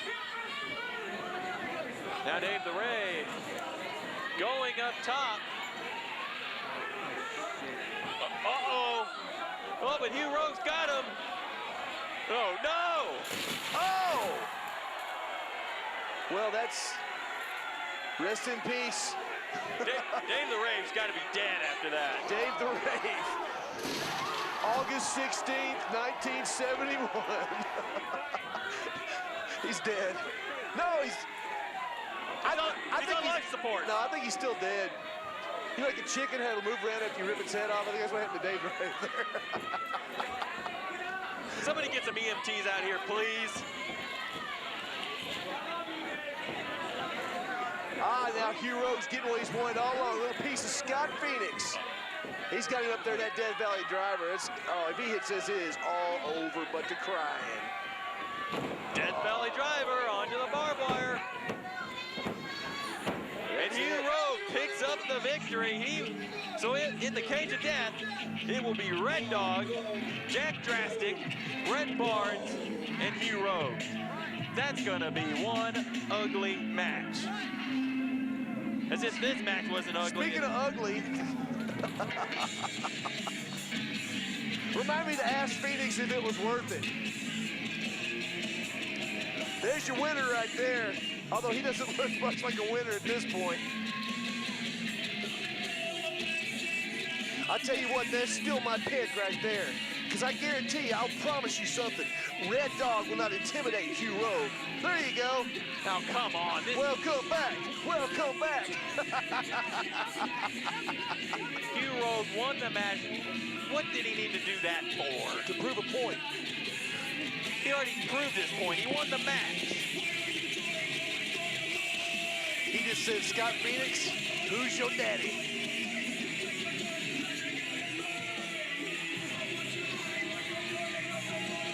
You know, I gotta give Phoenix some credit though. And that guy right there, Dave the Rave, that's a tough individual. But after a year off, Phoenix made a good showing, but not quite good enough because there's your winner going into the finals. Hardcore Hugh Rogue. Hugh Rogue going into the cage of death. What an unbelievable match that was. Hugh Rogue coming out the victor in the barbed wire match. But my hat's off to Dave the Rave. Just the fact that he's still alive. He's still breathing. And you can say the same for Scott Phoenix. And, you know, Scott Phoenix probably gonna be wanting this chair back, but if I have anything to do with it, it's not gonna happen. He did a good job, not good enough. I called it. Hugh Rogue going on to the cage, and I can't wait to see Hugh Rogue get a piece of Jack Drastic and Red Dog. And Bam Bam Brett Barnes. You know it's going to be wild. Right now, we're going to go to something awesome. The Rapid Fire 3-camera 3-play coming up. And we're going to take a look at the Devil's bunk bed, what Dave the Rave went through earlier, courtesy of Hugh Rogue. As you see right there, those two tables with the light tubes and barbed wire. Here it is from one angle. Hugh Rogue slams Dave the Rave onto the Devil's bunk bed and just for good measure splashes on top of him. Here it is from yet another angle. As you see right there, Hugh Rogue adding insult to injury, splashing all of his weight across Dave the Rave as Dave the Rave goes through the Devil's bunk bed. Here it is in slow motion. You see Dave the Rave right there just laying across the light tubes and barbed wire. I'm sorry, words cannot do that justice. It was beautiful. A thing of beauty. Of course, you would love that. I got to admit I do. Speaking of things of beauty, let's take it back to Mad Max and Moeller. All right, folks, the next match of the evening has nothing to do with BattleBox. Or does it? Because it is for the heavyweight title, and the winner of this match will take on the winner of BattleBox. You're right, Max, you're right. But it's Action Jackson versus Jared Steele. No, it's the Big Booyah versus the Steel Plate. You're right, but Action Jackson is a veteran. He's been around for so long, and he's no stranger to facing the TLP. You're right, but Lance Romance will be ringside for this match. I guarantee. You can guarantee all you want, but the thing about it is that Action is hungry. Action wants this belt. You don't understand how much it means to him. You know, one man, he can have as much want and need for something as it doesn't matter. He's got to fight the TLP, and the TLP runs in a pack. I've got a feeling the XCW and the power behind XCW and the feeling of XCW is way stronger than anything the TLP can do. Are we up for another wager? Max, I'm not doing this again. This time, if we're doing it, I'm taking your house. Well, we ain't playing dice this time, Mole. I've got a guarantee on this one. I have some inside information. So let's send it back to Matt Avery and MySpace.com's very own Face Puncher 1310. That's Face Puncher 1310. Max, have you seen that? What a mama's boy. Now that was uncalled for. Like I've said all night, all they've done is pick on me. This isn't right.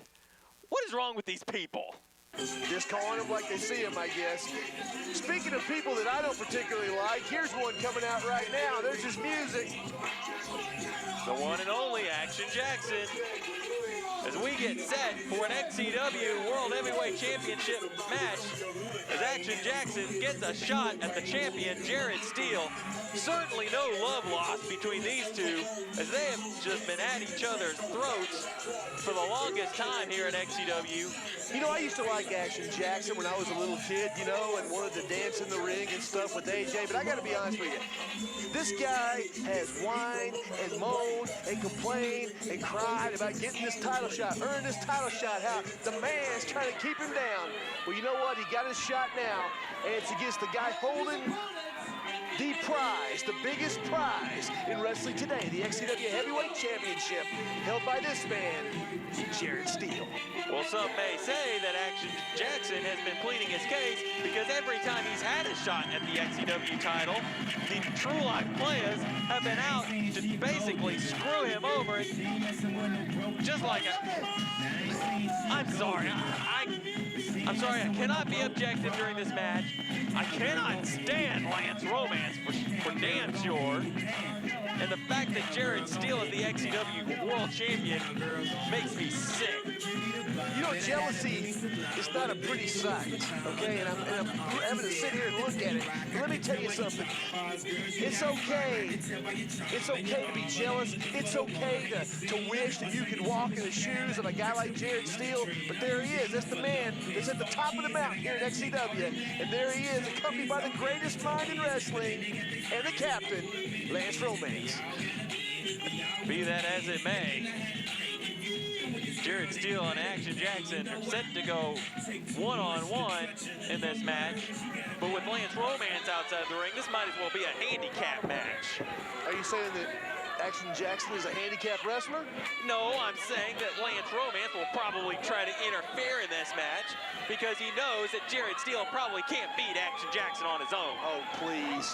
Jared Steele's beat everybody he's faced all across the country, been around the world. Action Jackson, yeah, tough competitor. These guys no strangers to each other. They fought many times, and more times than not, your champion, your XCW champion, Jared Steele's come out on top. Action Jackson trying to get this crowd behind him to start the match off. Oh, Jared Steele trying to get some love for this crowd, but not getting any. You know what I like about Action Jackson? He wears his own merchandise in the ring. It's like, in case you're wondering, I'm Action Jackson. I guess nobody else would buy those shirts. AJ trying to go for a shot there on Jared Steele, but Jared reversing. Uh-oh, but Action Jackson reverses Jared and hits him with some right hands of his own. Jared coming out of that corner, and Action Jackson sends him right back into it. AJ displaying some of that scientific skill he possesses by pummeling Jared Steele in the corner. Oh. Jared Steele thrown to the outside. Out in no man's land. Ooh. Body slammed on that hard concrete floor. Now Action Jackson going into the stands. What in the world? This is a guy 330 pounds. Look at this. Oh my God. And he paid for it right there. Action Jackson trying to come crashing down on Jared Steele, but Jared rolled out of the way just in time. And now Jared Steele is back in control of this match. If he'd landed on Jared Steele, you'd have to get a mop to get him up off the ground. You see, AJ's desperate. AJ realizes that his window of opportunity may be passing him here. This may be his last shot.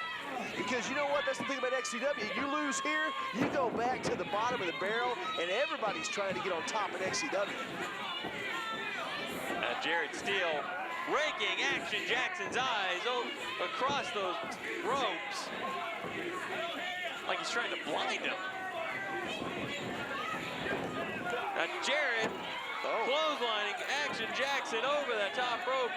He knocked the do-rag off. He knocked the do-rag off. And a DDT on the hard concrete floor. Action Jackson looks like he's out of it.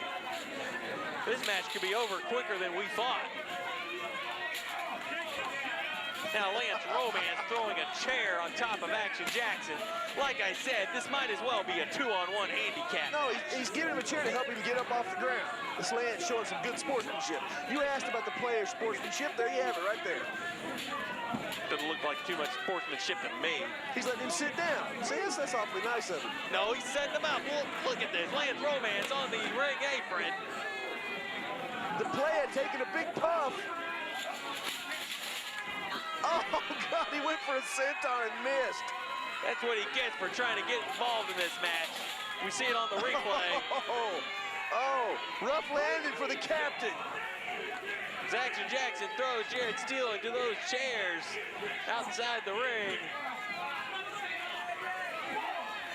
Title is on the line here. You know what? That's the thing about XCW. You win this match, and then you got to face the guy that comes out on top in the steel cage later. Not a very big reward for winning this match. Sure, you win the title, but you got to face the winner of the cage match, as you mentioned. Now Jared Steele going to work on Action Jackson's left leg. That could take out a lot of Action Jackson's offense right there if he takes the leg out from under him. You can see there where they've had to make repairs to the ring after the barbed wire match. Oh, my. Jared Steele trying to wear that leg out, trying to immobilize Action Jackson, as it were. You take the legs out, the table can't stand. And now look at this. Lance Romance giving Jared Steele, and you don't see him grabbing his feet. I had something in my eye, I guess. I missed that one. Oh, you had something in your eye. Likely story. Oh, Jared Steele looked like he tried to go for a sharpshooter, but Action Jackson pushed him off. Now AJ going to work on Jared Steele in the corner. But Jared takes him back down. Cover 1, 2, only a 2 count. The aging Rick Manning not able to get down and make it count quick enough. Are you saying Rick Manning's old? Let's take a look. Picture's worth 1,000 words. Oh, good point. Now, once again, Jared Steele trying to take Action Jackson's leg. That is the same left leg he tried to take out earlier.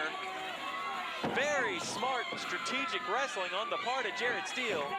Well, Jared Steele, one of the smartest guys in the business, he realizes Action Jackson's got a strength advantage, height advantage. You know what? They're flat on his back. The ref needs to get him out of his eyes there. Action Jackson trying, he gets out of it with the rake of Jared Steele's eyes. You know, I guess you'd expect that from the TLP, but it looks like AJ giving Jared Steele a taste of his own medicine right there. Oh, come on! Cheap shot by Lance Romance as he throws the steel chair at Action Jackson, and now he's trying to choke the life out of him. Well, you know, he figures if the referee won't do his job, he's going to stand up for his man out there. Hello. That's the third member into the Vienna's Boy Crier tonight. Are you comparing him to a Vienna?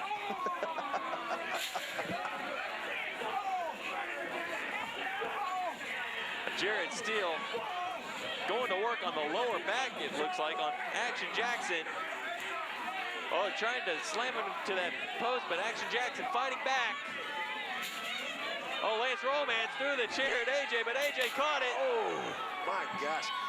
That chair right there, it's been around since World War II, back when they made them out of steel. I thought it's been around longer than World War II.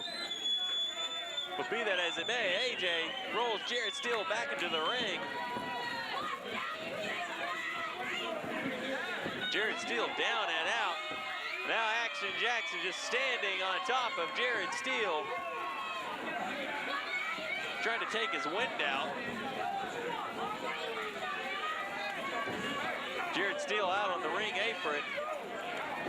Action Jackson. Uh-oh, what's he going for here? Oh, knocks Jared Steele off the ring apron onto the hard concrete floor. And into the first row. Almost took out the security. Action Jackson pummeling away at Jared Steele. Security, I've never seen so many guys look like Elmer Fudd in my life. Now you're picking on the security. First you pick on Jack Drastic, you pick on me, you pick on these fans, now you're picking on the security.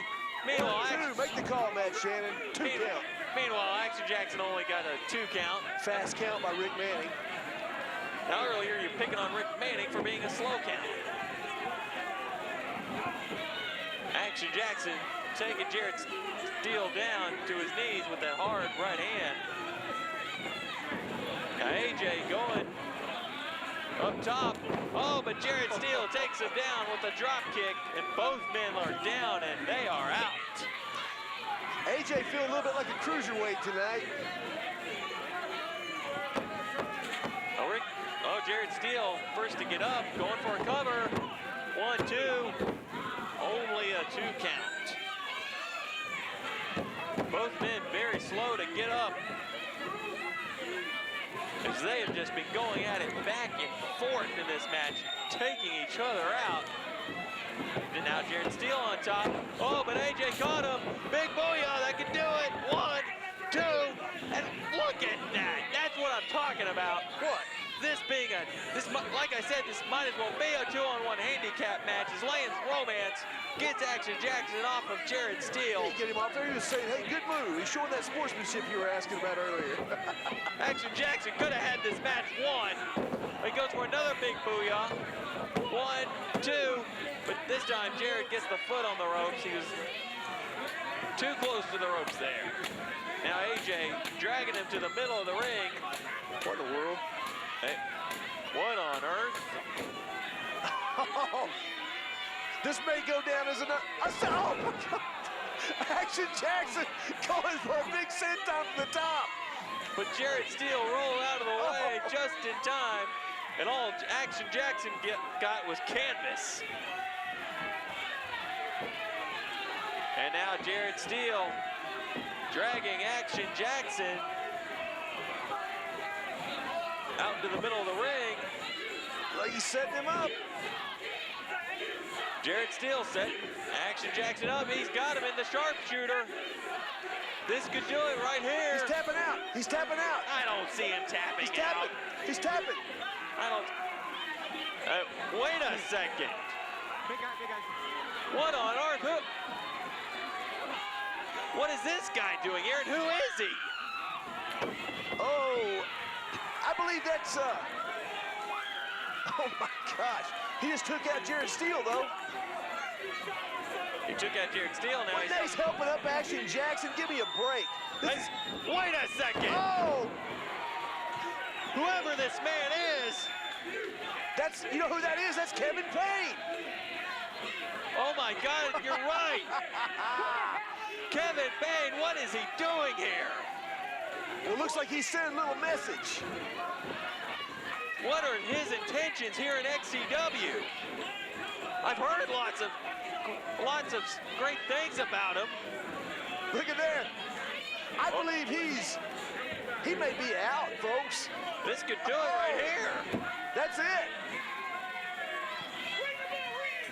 Rick Manning calling for the bell because Jarrett Steele wins by a technical knockout. By a knockout. You know, technical, that's a knockout. I couldn't answer the count. Action Jackson out cold. Check it out. You gotta like that. Jarrett Steele still the XCW World Champion after that cheap shot by Kevin Payne. It looked like I'm not sure what that was, but Action Jackson found himself right in the middle of ground zero. Jarrett Steele not too happy about that clothesline. Let me tell you something, Dennis. He's gonna have an aneurysm. Going nowhere. We destroyed Action Jackson. I don't know who the hell that was, but let me tell you, every one of you, thousands of people that's in up there, we're gonna hook it up. We're gonna get it on. And the only way we know how is that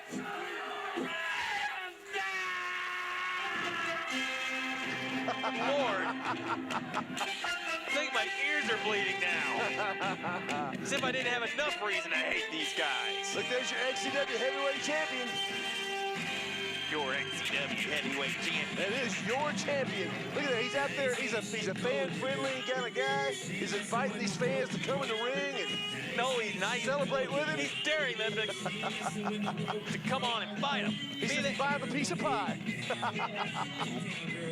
Jarrett Steele, still the XCW World Heavyweight Champion, thanks in large part, so to speak, to Kevin Payne. Yeah, very large, about 310 pounds. I tell you what, though, Jarrett Steele may ought to watch his back because Kevin Payne served him, and everybody in XCW know this. He's here. He's a force to be reckoned with.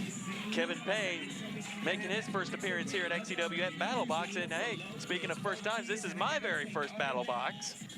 And you know, since we're moving into the final, and since this is your first Battle Box, I got a treat for you and all these people watching. We're going to take a look back at last year's final in the Steel Cage of Death. Take a look at this. Do we have a ladder left in the building? I'm sure they'll come up with one or else pieces of one. We said Eddie Atlas won the first match of the evening, that leather strap match. But as we saw in the ladder match, that is one formidable weapon. When it's in the hands of that man right there, Al Jackson. The odds-on favorite would have to be that man right there, Action Jackson. But the thing about XCW and Battle Box is you never know what's going to happen. Adam unconscious more than one time, but Adam refuses to back down. That's the one thing about this guy. There's no quitting. Look, he's still got the blood all over. He's still a bloody mess, man. Bar match. Poor man. You see Drunk Adams going after Eddie Atlas. Atlas with his forearms right to the shoulder blades of Drunk Adams. Action Jackson going right after Al. Oh, Drunk Adams ran right into the cage by Al Jackson. And there you see The cage coming into play already, and Adams, you got to wonder how much gas he's got left in that tank. He is a bloody mess. AJ pounding on Al with the ladder. Where's that was going? Oh, he got that barbed wire. He got that barbed wire just dug and drunk Adams' head. Al setting him up with a big power bomb. Oh, he just drove Drunk out through that table. It's over with. Drunk Adams, he's finished. He missed with the close. Oh, Drunk Adams out the cage. Both feet. Oh, he's won the match. Drunk Adam is your Battle Box 6 champion. How the hell did he do it? Drunk Adam, like he said, he's the #1 contender for the XCW heavyweight title. My goodness, Matt, what? Absolutely not. My first Xbox. What? Hell, I can't even talk. Battle Box. Look at this. There he is with a fan. That's right. You're the #1 contender. Fans, till next time, we'll see you at ringside. I told you Action Jackson wasn't going to win that match. Whoop-de-doo, Max. You've won one, I've won two. Whatever, Mole. It's time for the main event. It's time for the Steel Cage of Death. That's right, the Steel Cage of Death. All 4 winners from previous 4 matches will enter the Cage of Death. And with them, they'll be bringing the weapon from the match that they were previously in. And the winner is the #1 contender and Battle Box champion. But to do that, he's going to have to get out of the cage and put both feet on the ground. That's right. Who do we have first up, Max? It's Hugh Rogue. He's going to be bringing the barbed wire. That's right. He's going to be bringing that barbed wire. And next up, we have the Stripper Man himself and a TLP member. Don't forget that. Brett Barnes bringing that ladder into the match. Next up is Jack Drastic. He's bringing an 8-foot table. He's sliding into the cage. It will be set up and ready to be broken. Don't forget the man himself, Red Dog, who just beat everyone's brains out with that kendo stick, and he'll be whooping some more tail, believe me. Well, I think it's the best plan for Brett Barnes and Hugh Rogue to settle any differences they got and work together if they plan on walking out of that cage. At least one of them, anyway. That's right, but we'll see what Dog and Jack do. I mean, these guys, they're XCW born and bred, but... Well, it'll be down to whichever one wants the title the most, a Battle Box champion. But my pick for Battle Box, I'm going to have to go with the walking horror movie, Hugh Rogue. It's going to be easy street and a free ride for Hugh Rogue. Speaking of free ride, you know who I saw? I saw Matt Shannon getting a ride from his mom. And as he got out of the car, he got a sack lunch. That we are currently eating. That's right. Hey, Matt, tell your mom, thanks for cutting the crust off. But dude, olive loaf is disgusting. This is what I got to put up with. Welcome to the team. Now let's hit on with the main event, shall we? Yes, please, let's. So we get ready for the big Steel Cage of Death, which will feature weapons from all 4 of the previous matches. Who was that blind guy getting us ready for the main event? That would be none other than XCW ring announcer Blue. That is Red Dog, the winner of the kendo stick match earlier tonight. You know, Red Dog's got the most rest. Red Dog probably had the easiest match, but I guarantee you this ain't going to be an easy match for him. No way. Because it's all on the line here. The winner of Battle Box becomes the #1 contender. They'll face Jared Steele for that XCW heavyweight title. And something interesting to note was that Hugh Rogue was in that big barbed wire match, and that was the last match of the 4 matches. So Hugh Rogue, you could say, is at a distinct disadvantage here, as he hasn't had much rest. You know, Red Dog has had the most rest of the 4 guys. Well, you know, you would think Red Dog would have an advantage here. Like I said, he took less wear and tear than anybody. He dominated his match. Everybody else that won, they all suffered some pretty serious damage. They've had a chance to rest up a little bit, but the reality is this. The biggest prize in the sport is on the line right here, is a ticket to be a Battle Box champion #1, which carries great honor and prestige. Secondly, you get a shot at that XCW title. These guys are all going to put the pain out of their mind and go forward. And the winner of this match will get a shot at the XCW World Championship, currently now held by Jared Steele after his big victory over Action Jack. Still held by Jared Steele. And as you can see, Matt Sharon, in this final here in the steel cage, it's not just that, but everybody's going to bring something from their match. You see Red Dog with a kendo stick, there'll be a table, there'll be barbed wire, there'll be a ladder. It'll all be a part of this match. And now Brett Barnes is going to be making his way to the ring. A thief as he stole that ladder match. He didn't steal it. He didn't steal it. Jim and I didn't get his hands on it. He knocked it loose. Brett Barnes picked it up, and Brett Barnes is here. Brett Barnes didn't even climb the ladder to get that briefcase, for crying out loud. Had to. What was the bottom line? You had to capture that briefcase. Brett Barnes did. Brett Barnes is here in the final. Jim and I's back to back, crying the blues. Still think it should be Jim and I in this match, not Brett Barnes. But be that as it may, Brett Barnes bringing that ladder into the cage. Certainly no love lost between Brett Barnes and Red Dog here at XCW. Well, you know what you said earlier, no friends, and the reality is there's no friends in Battle Box, period. But here in the final, this is where it's all on the line here. It's fourth shot at the XCW World Championship, still held by Jared Steele.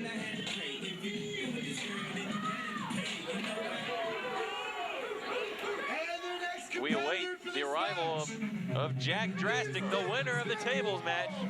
Your favorite wrestler, by the way. This is nobody's favorite wrestler, trust me. Jack Drastic bringing the table to the ring. Now, in the tables match, if you'll recall, Scott McKenzie tried to steal one. If you'll recall, Scott McKenzie won that match. The referee made the call, gave the match to McKenzie. Knight, though, apparently scouted out a little something earlier, had a surprise waiting for Lance Romance, and, you know, he is the boss. You don't cross the boss. Be that as it may, Jack Drastic was the winner of that match. Now bringing the table into the cage of death. Now we just await the arrival of our last competitor, Hugh Rogue. And no telling what condition he'll be in after the beating he took in that barbed wire match. I'm kind of looking forward to seeing what implement of barbed wire he's going to bring to the match. We can see the Devil's Bunk Bed all over again. That is if they could build another one. You know, the key to this match is once that cage door is locked, you got to be the guy that gets out the door, and whatever it takes.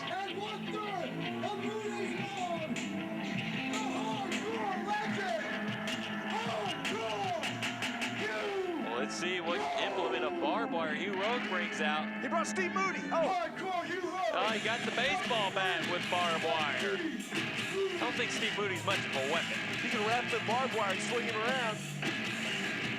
I'll tell you what, though, that kendo stick doesn't look so stout compared to that baseball bat wrapped in barbed wire. Well, that kendo stick doesn't have barbed wire like that baseball bat. You know, I'm anxious to see this because you know what? I've not seen that. I've seen Red Dog square off with Brett Barnes here in XCW. I've never seen Hugh Rogue and Red Dog cross paths. This should be really good here. Here we go. As these four men await for this match to get started. Here we go. Who's gonna take the first shot? Oh, it looks like Brett Barnes and Hugh Rogue forming some sort of alliance. And Red Dog and Jack Drastic forming an allegiance of their own. You know what? Jack Drastic ought to ask his buddy Sid Murder about trusting Red Dog. Well, here we go. Oh, it's Hugh Rogue hits Jack Drastic with that barbed wire baseball bat. I love it. And Red Dog choking Brett Barnes with the kendo stick. Hugh Rogue, meanwhile, digging the barbed wire baseball back into Jack Drastic. I'm sure you love that. I'm sorry, I'm speechless. This is great. You know, I know this really doesn't have much to do with the match, but what on earth is up with Bret Barnes' hair? Are you jealous of his hair, too? Yeah, I guess you would be. You didn't see that little ponytail on the top? Bad look. You know what? The ladies love it. And so whatever it takes. You know, if the ladies love it, you got to do it. Maybe that's something you should take up in your life. Try doing something the ladies like once in a while. Quit harassing Lance Romance. Red Dog setting Bret Barnes up, trying to set him up for a powerbomb, but Bret Barnes holding on to that steel cage. Good move by Bret Barnes. Bret Barnes well aware. Trying to climb over the top. Oh, Bret Barnes trying to end this one early. Uh-oh. But Red Dog takes him down across. Like you mentioned earlier, no friends here. It's Red Dog. Oh, yeah. Then he tried to spear Bret Barnes, but ate in the cage. Bret Barnes smart. Oh, Hero fakes out Barnes. Fakes out Drastic and lays it in. Oh, yeah. Hit him again. Maybe Candy will come out. Meanwhile, Bret Barnes knocking Red Dog out in the head with that ladder. I'm telling you what, ain't nobody impressed with Red Dog that's in here right now because it's all on the line. Red Dog, yeah, man, you've been all around the world. I'm sure these guys have respect for you, but they're not going to roll over for you. You're going to have to earn it if you're going to win Battle Box. Bret Barnes certainly taking the fight to Red Dog. Meanwhile, Hugh Rogue takes Jack Drastic down with a pile driver. Now Bret Barnes going up top. He's got the ladder. This can only mean bad things for Red Dog. Hey, I've seen this ride at Six Flags. Oh! You know, Disneyland ought to put that one in. Check it out. Boom! I'm surprised they'd let Bret Barnes on that ride, seeing it about he's as tall as a midget. He's taller than you. He is not. Bret Barnes now digging that barbed wire bat into the skull of Red Dog. Meanwhile, Jack Drastic hits Hugh Rogue over the head with the kendo stick. This match very hard to keep up with. Now Jack Drastic just waylaying into, but Bret Barnes trips him up. Now Barnes has the kendo stick. Little payback time, come on. Come on, Bam Bam. Bret Barnes measured Red Dog and got him right across the head. You got to hit him harder than that, though. Hits him a second time, and Red Dog goes down. Now across the back of Jack Drastic. As we see a piece of that kendo stick go flying around. Rogue with a big DDT on Red Dog. And now Bret Barnes trying to win this match early, trying to escape the cage, but Hugh Rogue not letting him know. No. Thank God he didn't. Thank God we didn't see the full moon that time. I almost went blind again. Protest too much. Hugh Rogue setting that ladder on top of the turnbuckles. Hugh Rogue still got thumbtacks in him from the last match. You gotta love it. And Hugh Rogue slamming Jack Drastic face first into the ladder. I'm sure you love that. I can't get over how much work they had to do on the ring just so they could use it. Look what happened in that barbed wire match. Now Red Dog. Oh, but Bret Barnes has Red Dog in a sleeper. Red Dog trying to fight out of it. Meanwhile, Hugh Rogue and Jack Drastic exchanging lefts and rights. You don't want to exchange blows with Hugh Rogue. Certainly don't. You can't hurt the guy, I'm telling you. And Hugh Rogue getting the better of Jack Drastic after that exchange. Oh, that's why he calls it horrorcore. He's kind of like Freddy and Michael Myers because he just keeps getting up. You think he's down, he just sits up again. Oh. Right across the midsection. Hugh Rogue, he's just hitting anything that moves. Oh, but Jack Drastic back up and takes Hugh Rogue down with the drop kick. And now Red Dog pummeling away at hardcore Hugh Rogue. Pummeling away with stiff right hands. Jack Drastic, he wants to get out. He's had enough. But Brett Barnes won't let him get out. Brett Barnes pounds away on Jack Drastic with those right hands. But Red Dog taking Barnes up and over.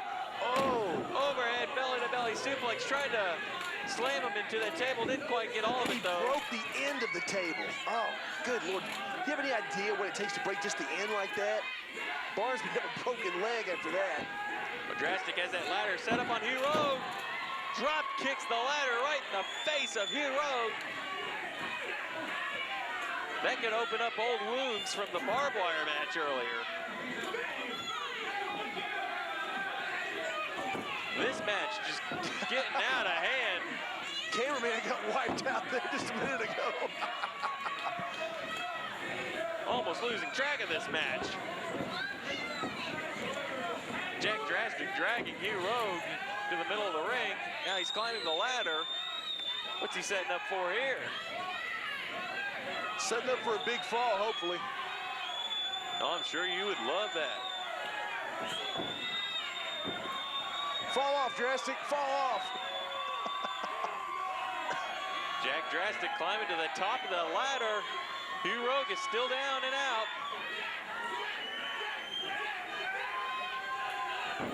Oh. Looked like he got him with a knee drop. Meanwhile, Red Dog takes Brett Barnes out with a big power bomb. The Dog's right there by the door. Dog could escape the cage very easily if they just opened the door. Now Drastic helping Red Dog up. Looks like Drastic's asking Red Dog for a little double team action on Brett Barnes. Drastic making a mistake, though, turning his back on Red Dog. You'd think he would have learned from that kendo stick match when Red Dog just went to work on everybody. A Red Dog, big power slam on Brett Barnes. Barnes has got to be about done. Hugh Rogue finally back up. This crowd doesn't like Steve Moody too much, needless to say. Jack Drastic throws that barbed wire baseball back across the back of Hugh Rogue. Red Dog's got, and Brett Barnes are against the ropes. Barnes sending Red Dog into the ropes, but Red Dog takes him down with a big shoulder tackle. Well, these guys, Red Dog looks like he and Drastic look like they got the most gas left in the tank. Well, of course, because Red Dog was in the first match, and Drastic. And Drastic. The table. This match is so all over the place, so exciting that I'm speechless. Oh no! I'm going blind again! Full moon! The Dog howling at the moon! Red Dog sent it to the ropes. Oh! Big clothesline by Hugh Rogue. That's how you throw a clothesline, boys and girls. Right there. Now taking notes at home. Drastic taken down by a big huge clothesline by Hugh Rogue. Now Hugh Rogue sends Drastic up in the middle of the ring while Brett Barnes climbs to the top. Go for the 450. He's calling no. for it. No, just an elbow drop. He's going to give the fans what they want. The fans were wanting it. Now Brett Barnes and Hugh Rogue working together to take out Red Dog and Jack Drastic. I'm glad they can come together on such a worthwhile project. Oh, Jack Drastic tried to take Brett Barnes open over. Oh, sliced bread! He hit it. Drastic's out of it. But Brett Barnes is slow to get back up to his feet. Looks like Hugh Rogue can get out if he wants to. Well, Hugh Rogue and Jarrett Steele, that'd be, wait a minute. No, Brett Barnes getting Hugh Rogue back into the ring. Hey, what an interesting match that would be. Brett Barnes versus Jarrett Steele, two TLP members going at it. Brett Barnes, former champion himself. Oh, Jack Drastic and Red Dog dragging Brett Barnes back into the cage. Red Dog with huge knee to the midsection of Brett Barnes. Picking him up. What a brain buster by Red Dog. Brett Barnes will be feeling that in the morning. Rogue out in the corner. Barnes down.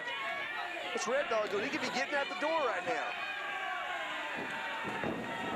One's got to be wondering what Red Dog's thinking, not trying to escape the cage. Well, he is out of it in his defense. Drastic and Red Dog both slow to get to their feet. Now Red Dog trying to escape the cage. But Drastic has a hold of it. It's Drastic now dragging Red Dog back into the cage. So much for that alliance. There are no friends at BattleBox. As a shot at the XCW World Championship is on the line. Now we got Brett Barnes taking Hugh Rogue down and out with the DDT. And we got Red Dog and Jack Drastic going to work on each other. Go Red Dog. Red Dog takes... That's something I never thought I'd say. Oh, Brett Barnes. Is he going for the 450? Oh, he got it. Oh, he got it big time. Here we see it on the replay. Oh, man. I think I saw a scoop of ice cream barf out of Hugh Rogue's mouth there after that 450. You know, he's going to be the first guy who's able to get to his feet. He's going to have a clear shot to get out. That's if anybody can get up. Well, Red Dog's up. Drastic's back up. Brett Barnes takes Red Dog down. Well, meanwhile, Jack Drastic was stomping away on Hugh Rogue. Red Barnes choking Red Dog with the boot. Now Jack Drastic setting the table up. Brett Barnes continuing to go to work on Red Dog, continuing to choke away with him with his boot. Hugh Rogue trying to get up. Drastic takes him down with a snapmare. These guys just looking to inflict some punishment right now. That's what Brett Barnes is doing to Red Dog. Oh, that table's in bad shape. Jack Drastic wants to put somebody through that table, no doubt. Olympic slam there on Brett Barnes. All three men look to be easy pickets for Jack Drastic at this point.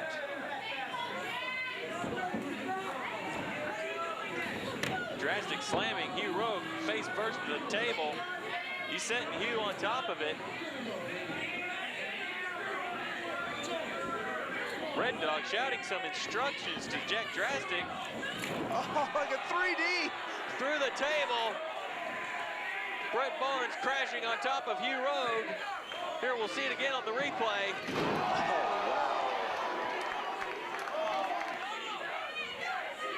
And all four men are down and out. At this point, it's the, like you said, the first one to get to his feet could very well win this match. Everything on the line here. #1 contendership for the XCW Heavyweight Championship. And a title shot coming up. But you got to get out the door. I don't think anybody's going to be crawling over the top. You're going to have to get out the door. Drastic and Hugh Rogue are the first two up to their feet. Drastic helping Red Dog up. Red Dog taking Hugh Rogue and Brett Barnes both out with a double clothesline, courtesy of Jack Drastic helping him out. Look at Drastic, the dummy can get out now. Hey, wait a second, Red Dog telling him to leave. Looks like Red Dog passing the torch, as it were, telling Jack Drastic to go ahead and escape the cage. You gotta be, no. Oh, no, no, no, no, no, no. Oh, good There grief. you got it. Red Dog passing the torch, as it were, to Jack Drastic. And it will be Jack Drastic getting a shot at the XCW World Heavyweight Championship, held by Jared Steele. We see it on the replay, Red Dog taking Hugh Rogue and Brett Barnes out with the double clothesline. And then Red Dog telling Jack Drastic to go ahead and leave the cage and get his shot at the XCW title. So he got it handed to him. Knight handed him the victory in the tables match. Red Dog handed him the victory in the cage. But you know what? Jared Steele is not going to hand this guy anything. He's going to have to earn it if he wants to be the XCW Heavyweight Champion. Jack Drastic, the big winner here at BattleBox 7. Now he gets a shot at the XCW World Heavyweight Championship, still held by Jared Steele, by the way. Well, you know, Jack Drastic should be going out and buying presents for Knight and for Red Dog because they handed him this BattleBox Championship. But I promise you this, I can promise you this, there ain't no way Jared Steele's going to roll over and hand Jack Drastic anything. He's got his hands full taking him on. You see it your way, I see it my way. I see it the correct way. Jared Steele will have his hands full as well, going up against the likes of Jack Drastic. I can guarantee you Jack Drastic will take it to him and possibly become the new XCW World Heavyweight Champion. Well, I guarantee you that ain't gonna happen. Jared Steele, Jack Drastic, you know what? I'm gonna do something I've never done before. I'm gonna give him credit. He's kissed the right behinds, he has the right people helping him, and he got his chance. But that ain't gonna help him against a guy like Jared Steele. Jared Steele will beat Jack Drastic. He will remain the XCW Heavyweight Champion, and you can take that to the bank. Well, be that as it may, this has been my very first Battle Box, and a very good one at that. I'm Matt Shannon. And I'm Matt Avery, and this show has been brought to you by Be That As It May. We'll see you next time.